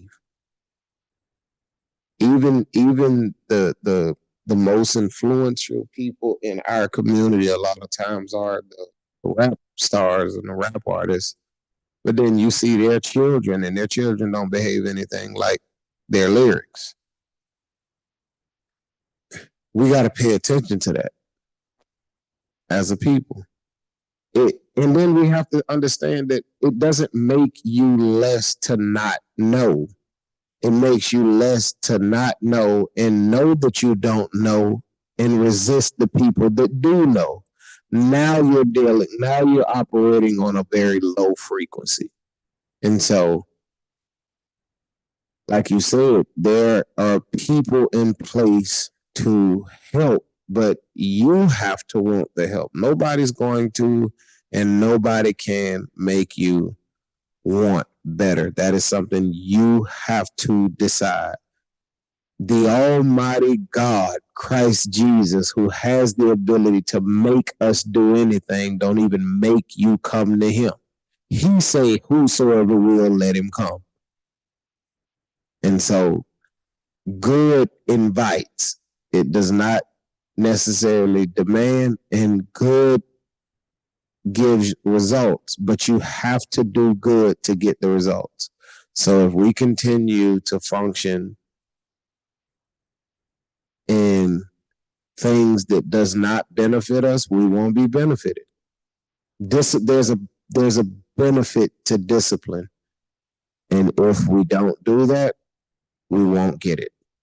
So when I heard you talking about how, the kids, like all these statistics showing that kids are not able to read, at what point do we make it possible for them without overburdening the parents? Because a lot of time we hear stuff like that. Well, without overburdening the teachers, because it's like, oh, well, the teachers ain't doing their job. Well, the teacher got 30 other students, and little Bobby won't be quiet. No, when Bobby get home, take the iPad or the cell phone, put yours down, and both of you read. Don't use reading as punishment, especially to a young child, because when you tell a child, turn that TV off, you're going to read a book. Teaching that child that reading is a punishment. And reading opens doors. It's not a punishment. There's a benefit to it. But sometimes you have to, I would go so far as to you and the child read the book together. Or just walk around the house and let the child see you read. Even if you not, let the child see it, so that you can develop a culture of research in your house, a culture of information, a culture of young people that read. I never forget when I was in Atlanta, Georgia. This was a life-changing experience for me. I heard two gentlemen who are not from our cultural background having a conversation that they didn't pay attention to that I was there. And they literally said, if you want to hide something from a black man, put it in a book. And I said, you will never hide anything from me again. And that wasn't their fault, because while I was mad at what they said, I also, years later, I'm going to be transparent, years later, I had to acknowledge it was right. I started reading before, but then I had to think about it. Like, at the time that I heard that statement, they were right. The only book I was reading consistently was the Bible. But there's other information out there that could have helped me go a lot further. And so that's where accountability is. If you don't hold yourself accountable, you can't truly hold anyone else accountable, including your children. It is not do as I say, not as I do. It is the way culture works, the way upbringing works, the way we learn, especially as children, is do what I do. Your babies have a desire to walk because they see you walk. If your kids never see you walk, they'll never have a desire to walk. So what you do informs everything about the child until they're able to understand enough to take on other influences. But if all of the influences within the household are hurtful and not helpful and not benefiting and does not cause good growth, they're going to be attracted to those influences, because the hardest thing for us to admit as people a lot of times is that we are wrong. And so if we don't admit that we are wrong, if we can't admit that we're wrong, if that's an issue, you can't get Letha's help. You can't get Frederica's help because you don't want to hear you're wrong. And here's another thing, and I'm going to be quiet. It don't matter how wrong Letha and Frederica is, what they're telling you is right. That makes it more difficult to hear them. But no matter how wrong another person is, if what they're telling you is right. And so we have to learn to be able to hear those things that are of a benefit to us today and tomorrow. We have to be able to go and reevaluate life, the lives that we've lived, and say, if I had done A, what would B? And if that's a question that you feel is too late for you to answer, then ask it for your children and make them answer it now. My daughter is 13 years old and has decided she wants to go to college in Tokyo. I have no idea how to get her to Tokyo. But you know what I am going to do? I'm going to push her and I'm going to read everything and I'm going to tell her to get good grades. I'm going to promote what she's trying to do and why she feels that Tokyo is the best choice for her. I'm going to push that for her, because it's not something I could even imagine at her age. So the fact that in her mind she wants to go to Tokyo, absolutely.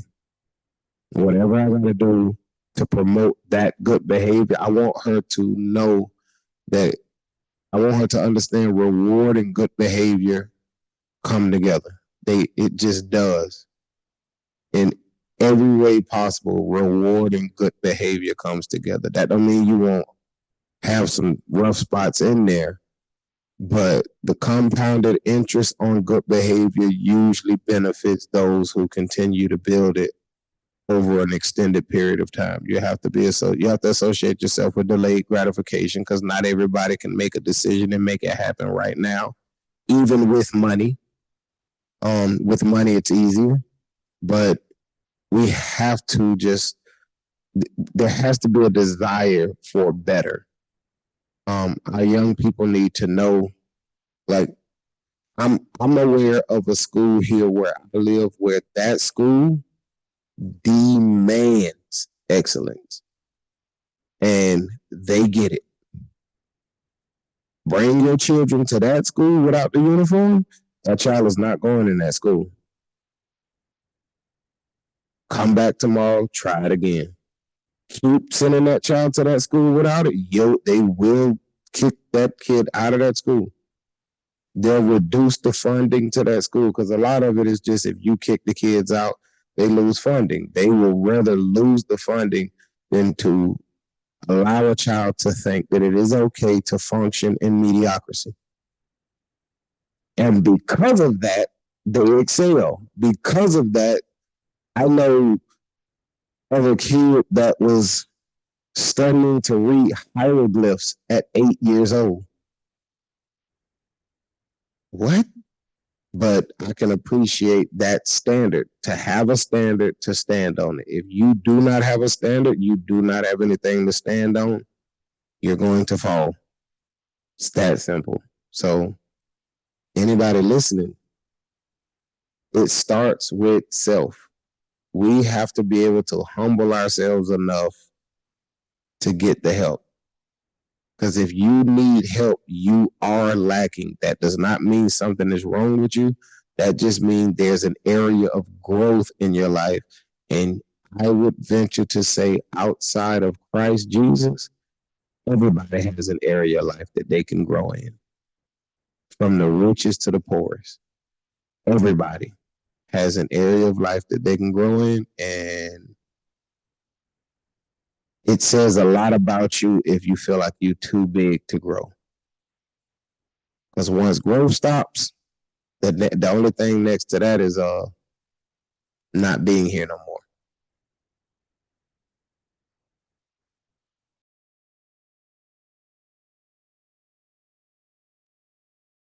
Frederica, you got anything?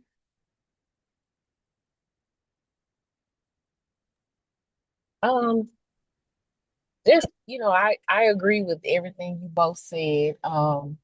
It's just to reiterate what Justin said and kind of what I said earlier. Um, Definitely invest in your kids' education.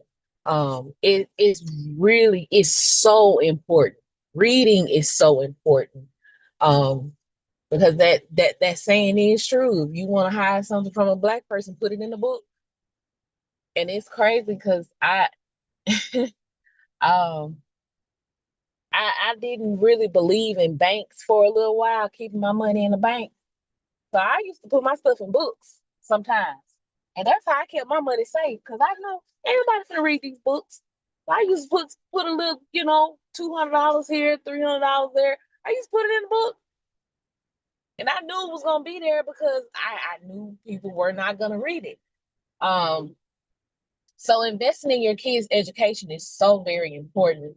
And like I said earlier, you know, um, when it comes to reading and math and different things like that, I know that as parents, sometimes we're not the best teachers, so to speak, at home, but there are so many different free resources out there that parents, all they have to do is ask. That's all they have to do is ask.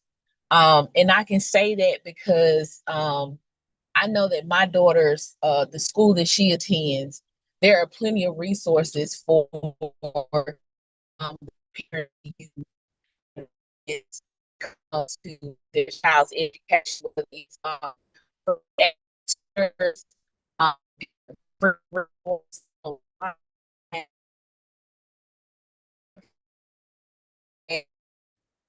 downtown. Just there are resources.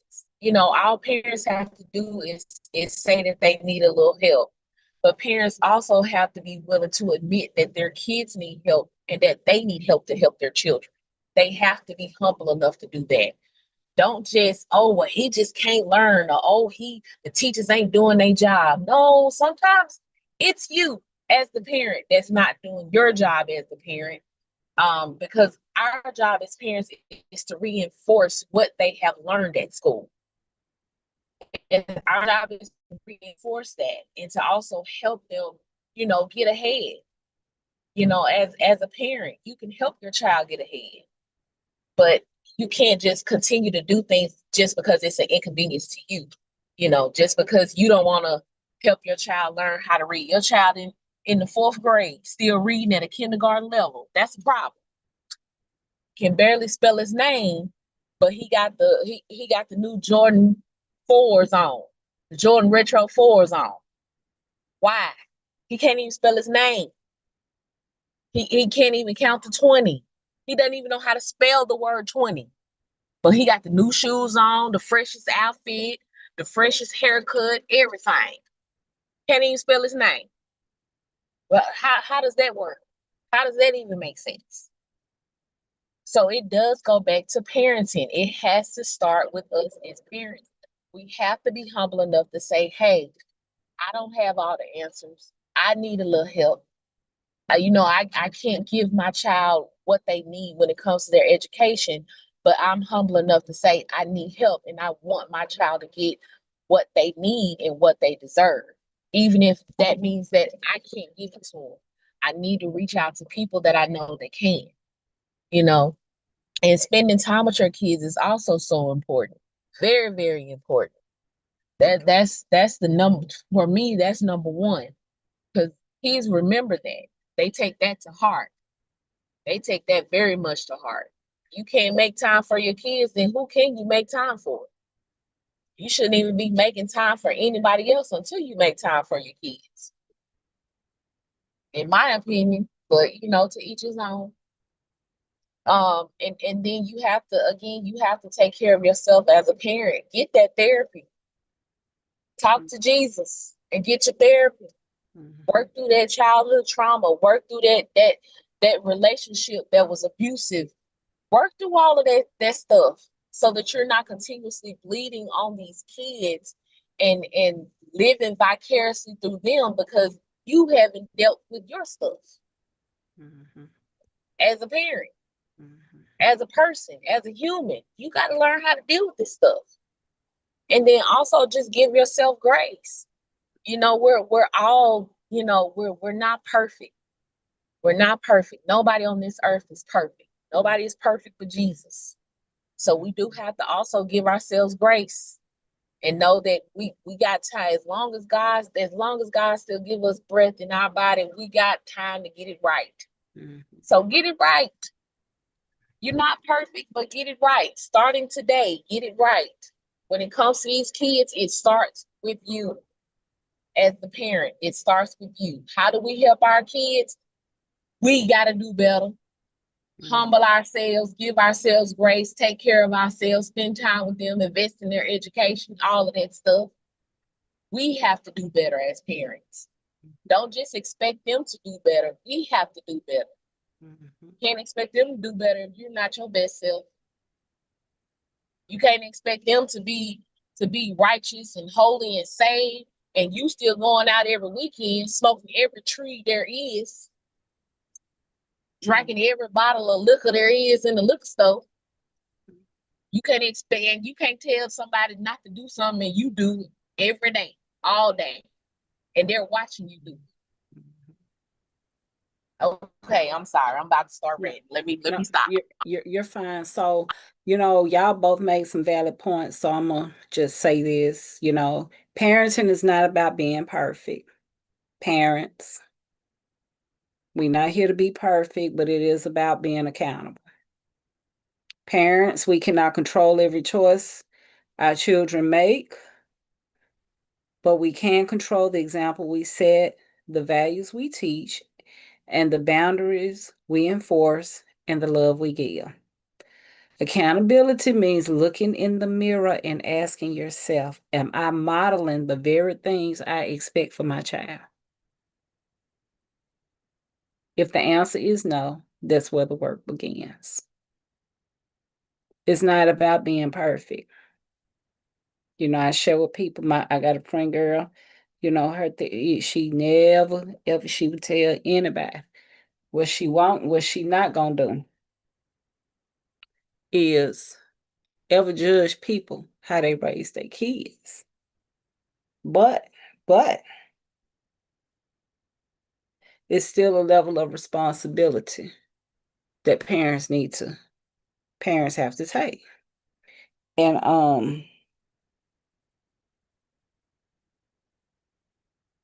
I think that when rules are in place, people need to stick to the rules because we already know, I'm not being funny, a lot of these parents don't want them kids at home with them every day anyway. If you're at home, or you don't want to have to drag them to your job. So if the rule is you can't come up in here without their uniform, maybe we just don't need to break that rule. If the rule is you can't come in here with that bonnet and slides.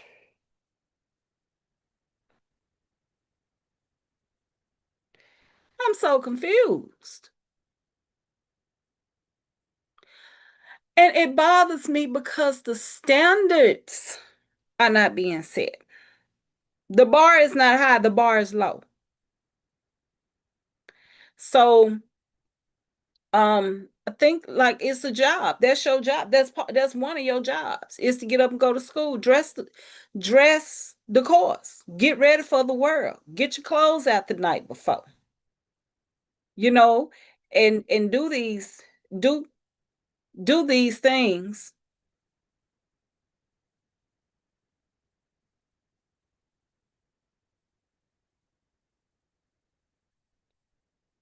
it flooded in my area. So when I hear little stuff, I'm wondering if somebody ran over some water or something. I'm sorry. But we have to not flooded, but flooded, but not flooded, but yeah, flooded the other night when the hail came down. So, you know, the standard needs to be set. If Vacation Bible School, if the rule is them shorts got to come down to their knees, they can't get up in there if them shorts don't come down to their knees. It can't be now we got to meet people where they are and we allow people to come up and destroy the rules. What is the purpose of rules if we ain't gonna keep them?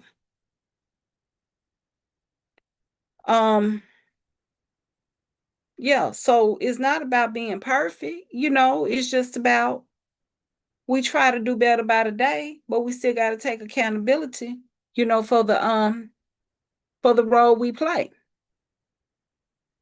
Do y'all have anything else?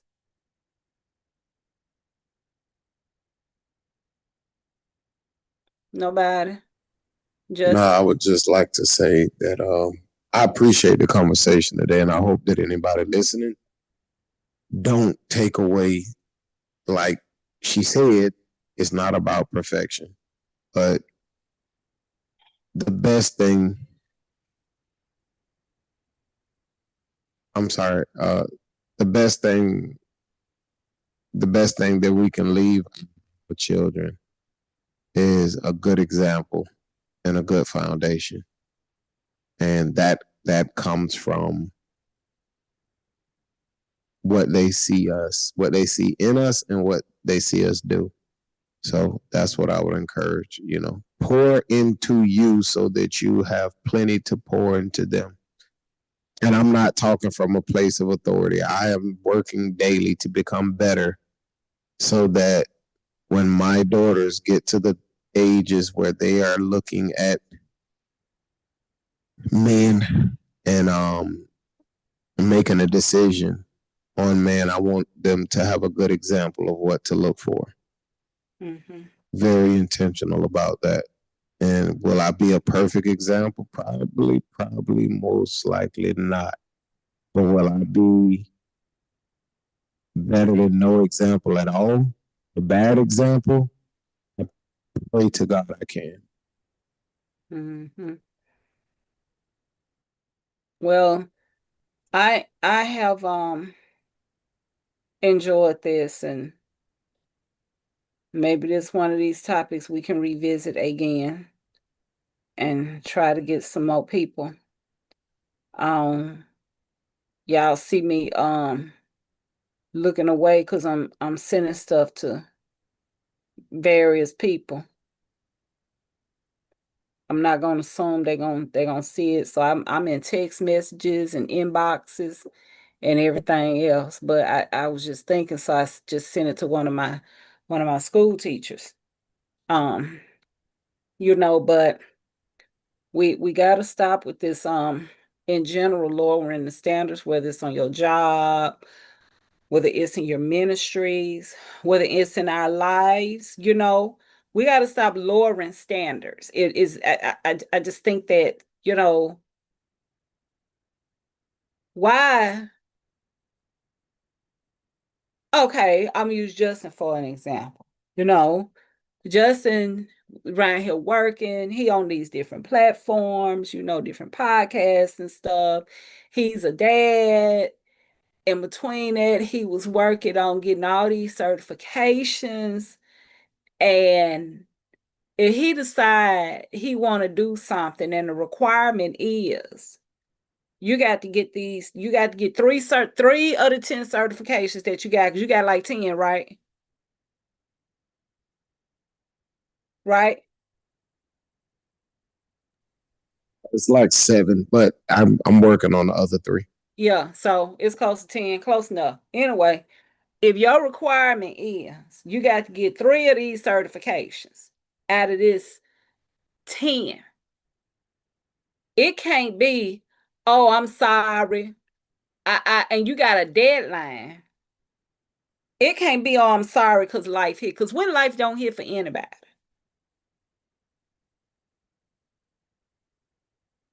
And we got to stop getting mad at people when they help us. That was a situation, I'm paraphrasing it a while back. Young lady, school teacher, I just sent it to her. Anyway, the girl needed some bras. I'm summing up what happened. Now, girl, hygiene wasn't the best. You know, a couple of female teachers got together, and when it got her some good, they wasn't no Walmart bras. Got her some little stuff, washed up at school, did nothing in front of nobody, none of that. The mama had a problem with it.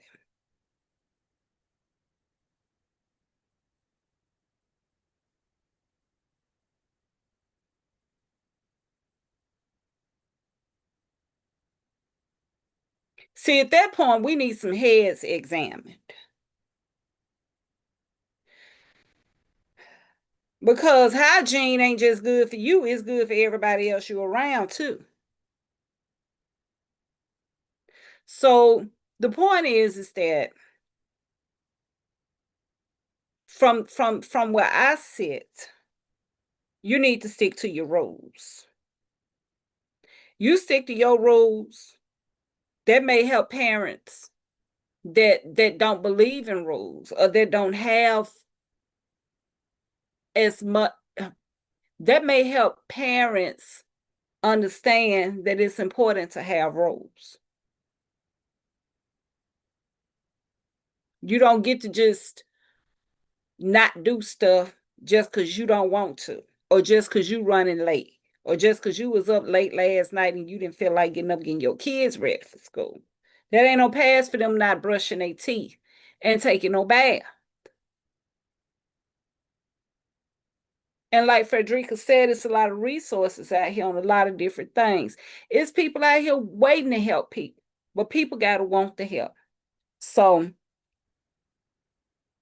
I'm speaking to parents, and I shared it in a couple of groups I'm in, and one of the groups is very busy. And I know it's a lot of parents in this group. So what I am saying, parents, if anybody in this group is watching this, y'all need to be okay with rules. Don't expect people to help you, to save you, if you're not willing to abide by the rules. Okay. You definitely got to lead by example. You can't expect the kids to follow the rules if you're not following the rules yourself. Yes. Yes. So, and yeah. Anything else, wonderful people?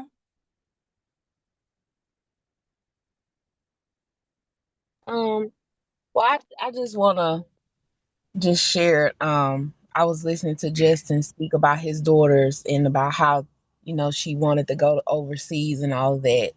Um, my daughter wants to go to Ghana someday, and Lord knows we don't know how we're gonna pay for it, but we're gonna get there. We're gonna get there, and I do push her all the time to whatever it is that you want in life, go after it. And I'm gonna say this quick story, and then I'm gonna end it for me. Um, she was about maybe 6 or 7 years old, and I took her to the skating rink for the first time. Now, mind you, I have no idea how to skate. Even to this day, I'm 38 years old. I do not know how to skate to save my life, right? Mm-hmm. But at that time, of course, I was much younger, and I couldn't teach her something that I didn't know how to do. But did that stop my daughter from teaching herself how to do it? No, no, it did not. Did she fall a lot? Yes, she did. Did she hurt herself a little bit? Yes, she did. But did she get back up every single time and keep going? Yes, she did. And at some point as a mom, I was like, listen, Jay, we can go home. We can try this again.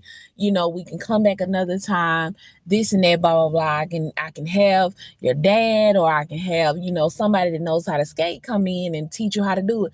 She was like, no, Ma, I don't want that. I want to do it. I want to keep going. I want to keep going. I was like, hey, go ahead.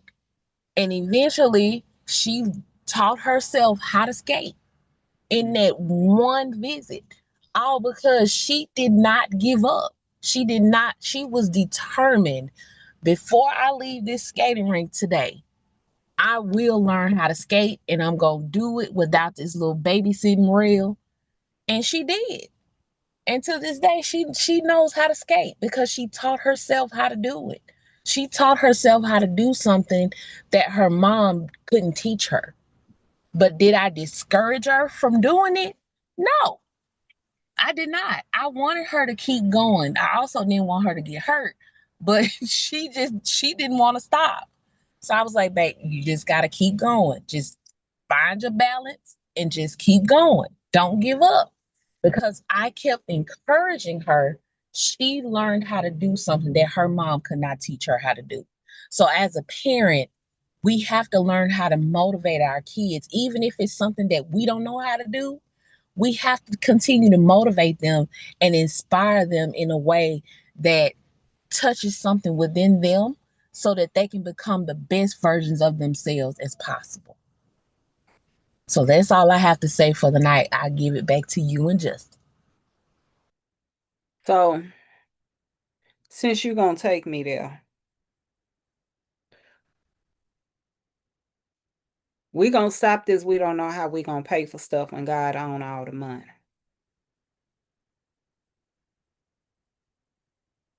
Now, I know we done had this brief discussion before.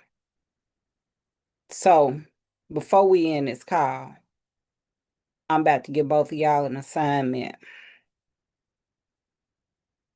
Justin is going to get an envelope and put Tokyo on it.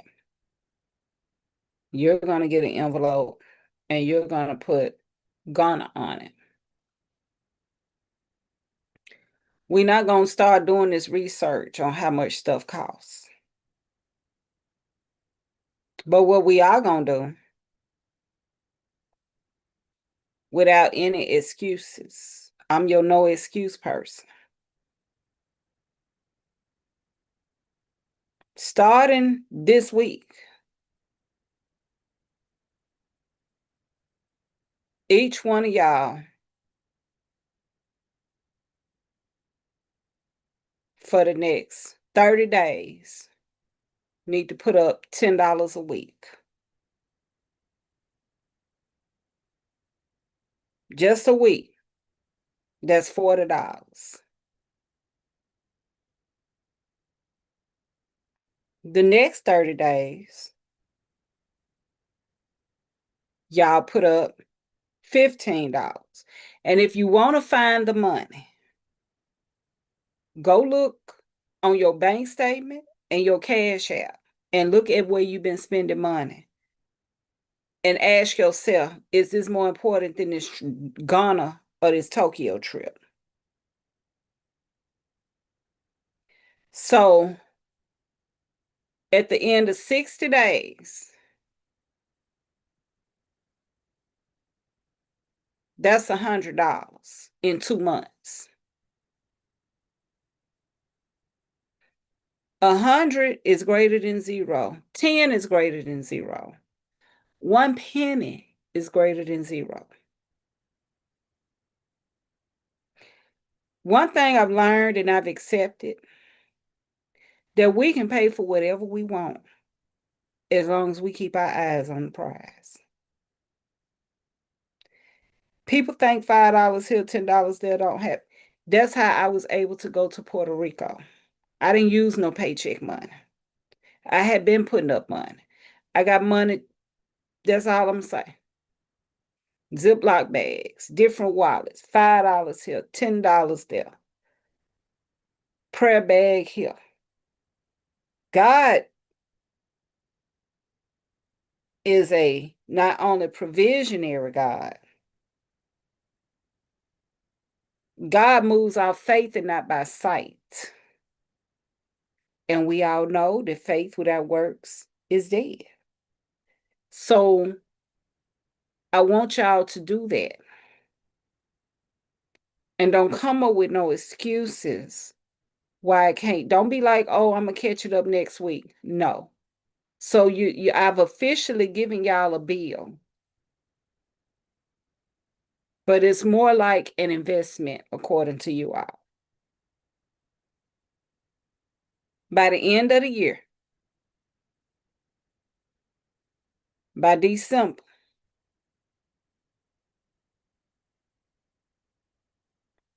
I want y'all up to $25 a week.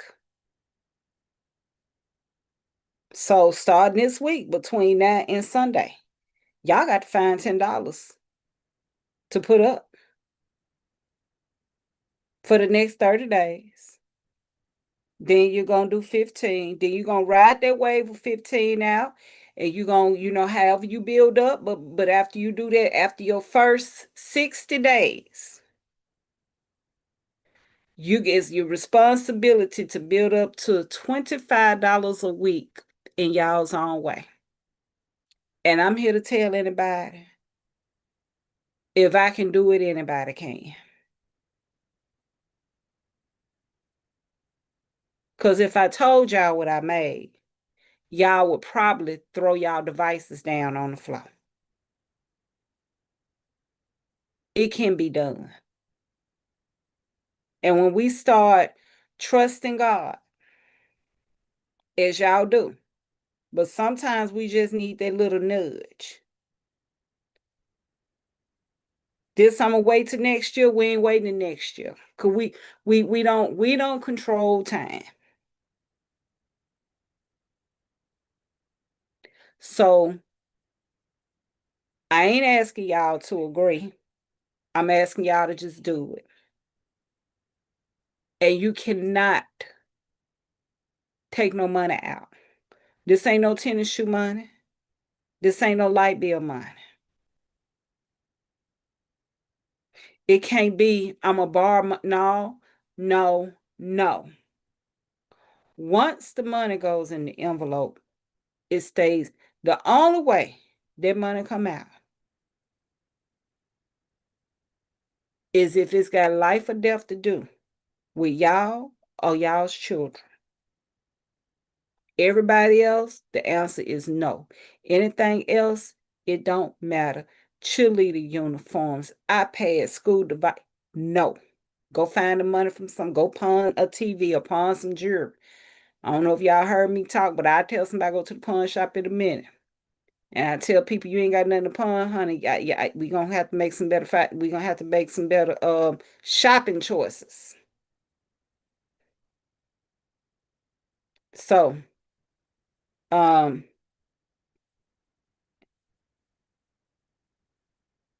God owns all the money.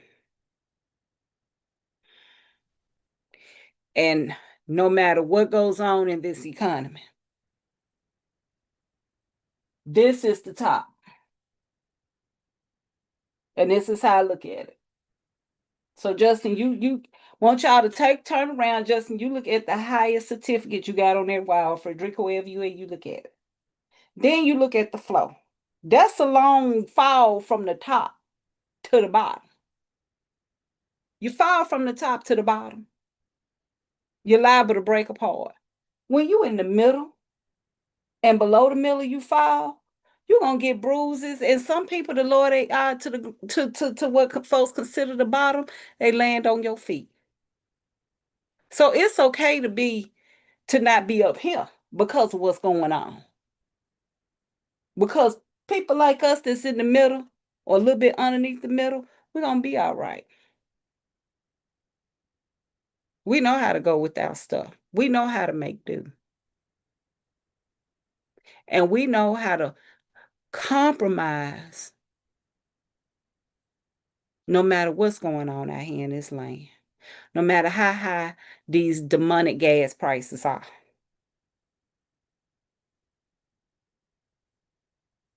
God owns all the money. And I can't say this enough. God owns all the money.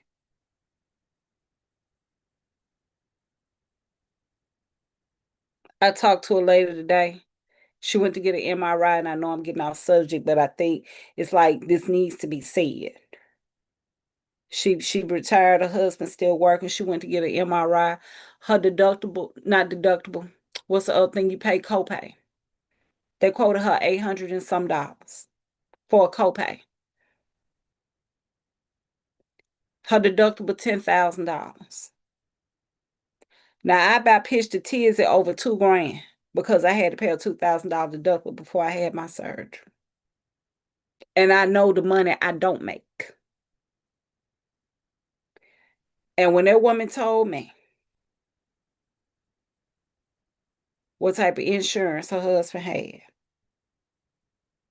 it amazes me that Blue Cross Blue Shield ain't the top ain't the top but the top no more.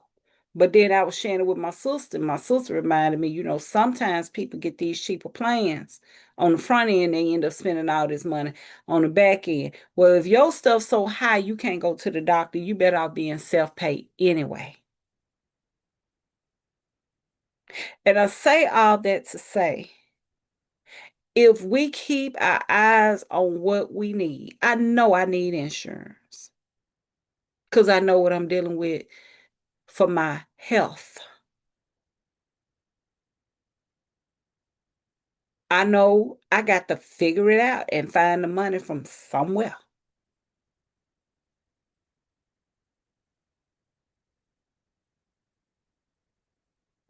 The advantage of having multiple streams of income is because if something else pops, at least you know you got something else coming in. That's called moving by faith and not by sight. God is not going to, I don't believe, allow these vision of these children. So you don't have to worry about it. Because while you trying to figure it out, God done already worked it out. It's already done. It is truly done. Y'all get up, y'all work hard, and y'all are good parents, and you're just good people. But you got to put it at the feet of Jesus. You make one step, Jesus gonna carry you 10.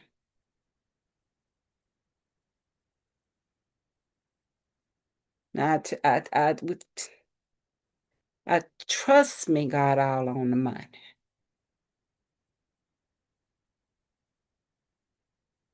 He on the money. And that just may be something both of y'all need. And guess what? And y'all gonna have the money if they choose to go. And if they don't choose to go, you got some money put up in the way that you didn't save. But that's go on and get your envelopes and label your envelopes. If there's nothing else, Justin, did you have anything else? Frederica, don't forget. Y'all don't forget, God.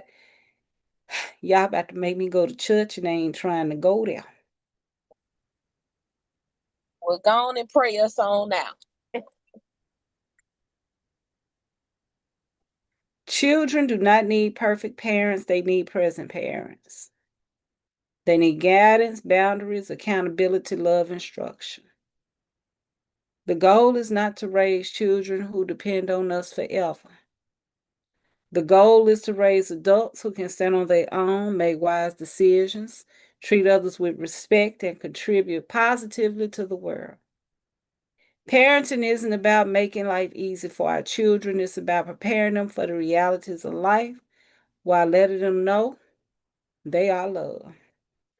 Dear God, we thank you for every parent that is aspiring to be a better parent.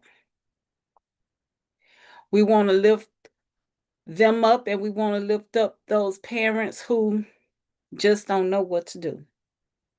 We want to lift up those parents who are here with us right now. We want to lift up their children. We want to ask you, God, to keep everybody covered and protected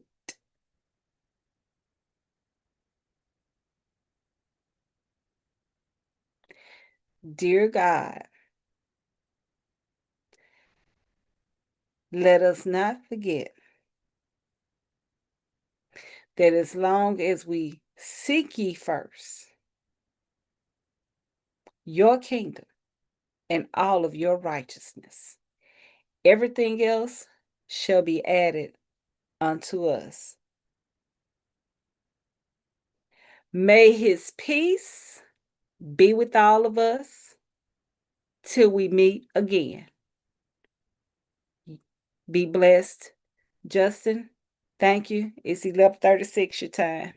Frederica, y'all have a good one, okay? Yes, ma'am. You too. All right.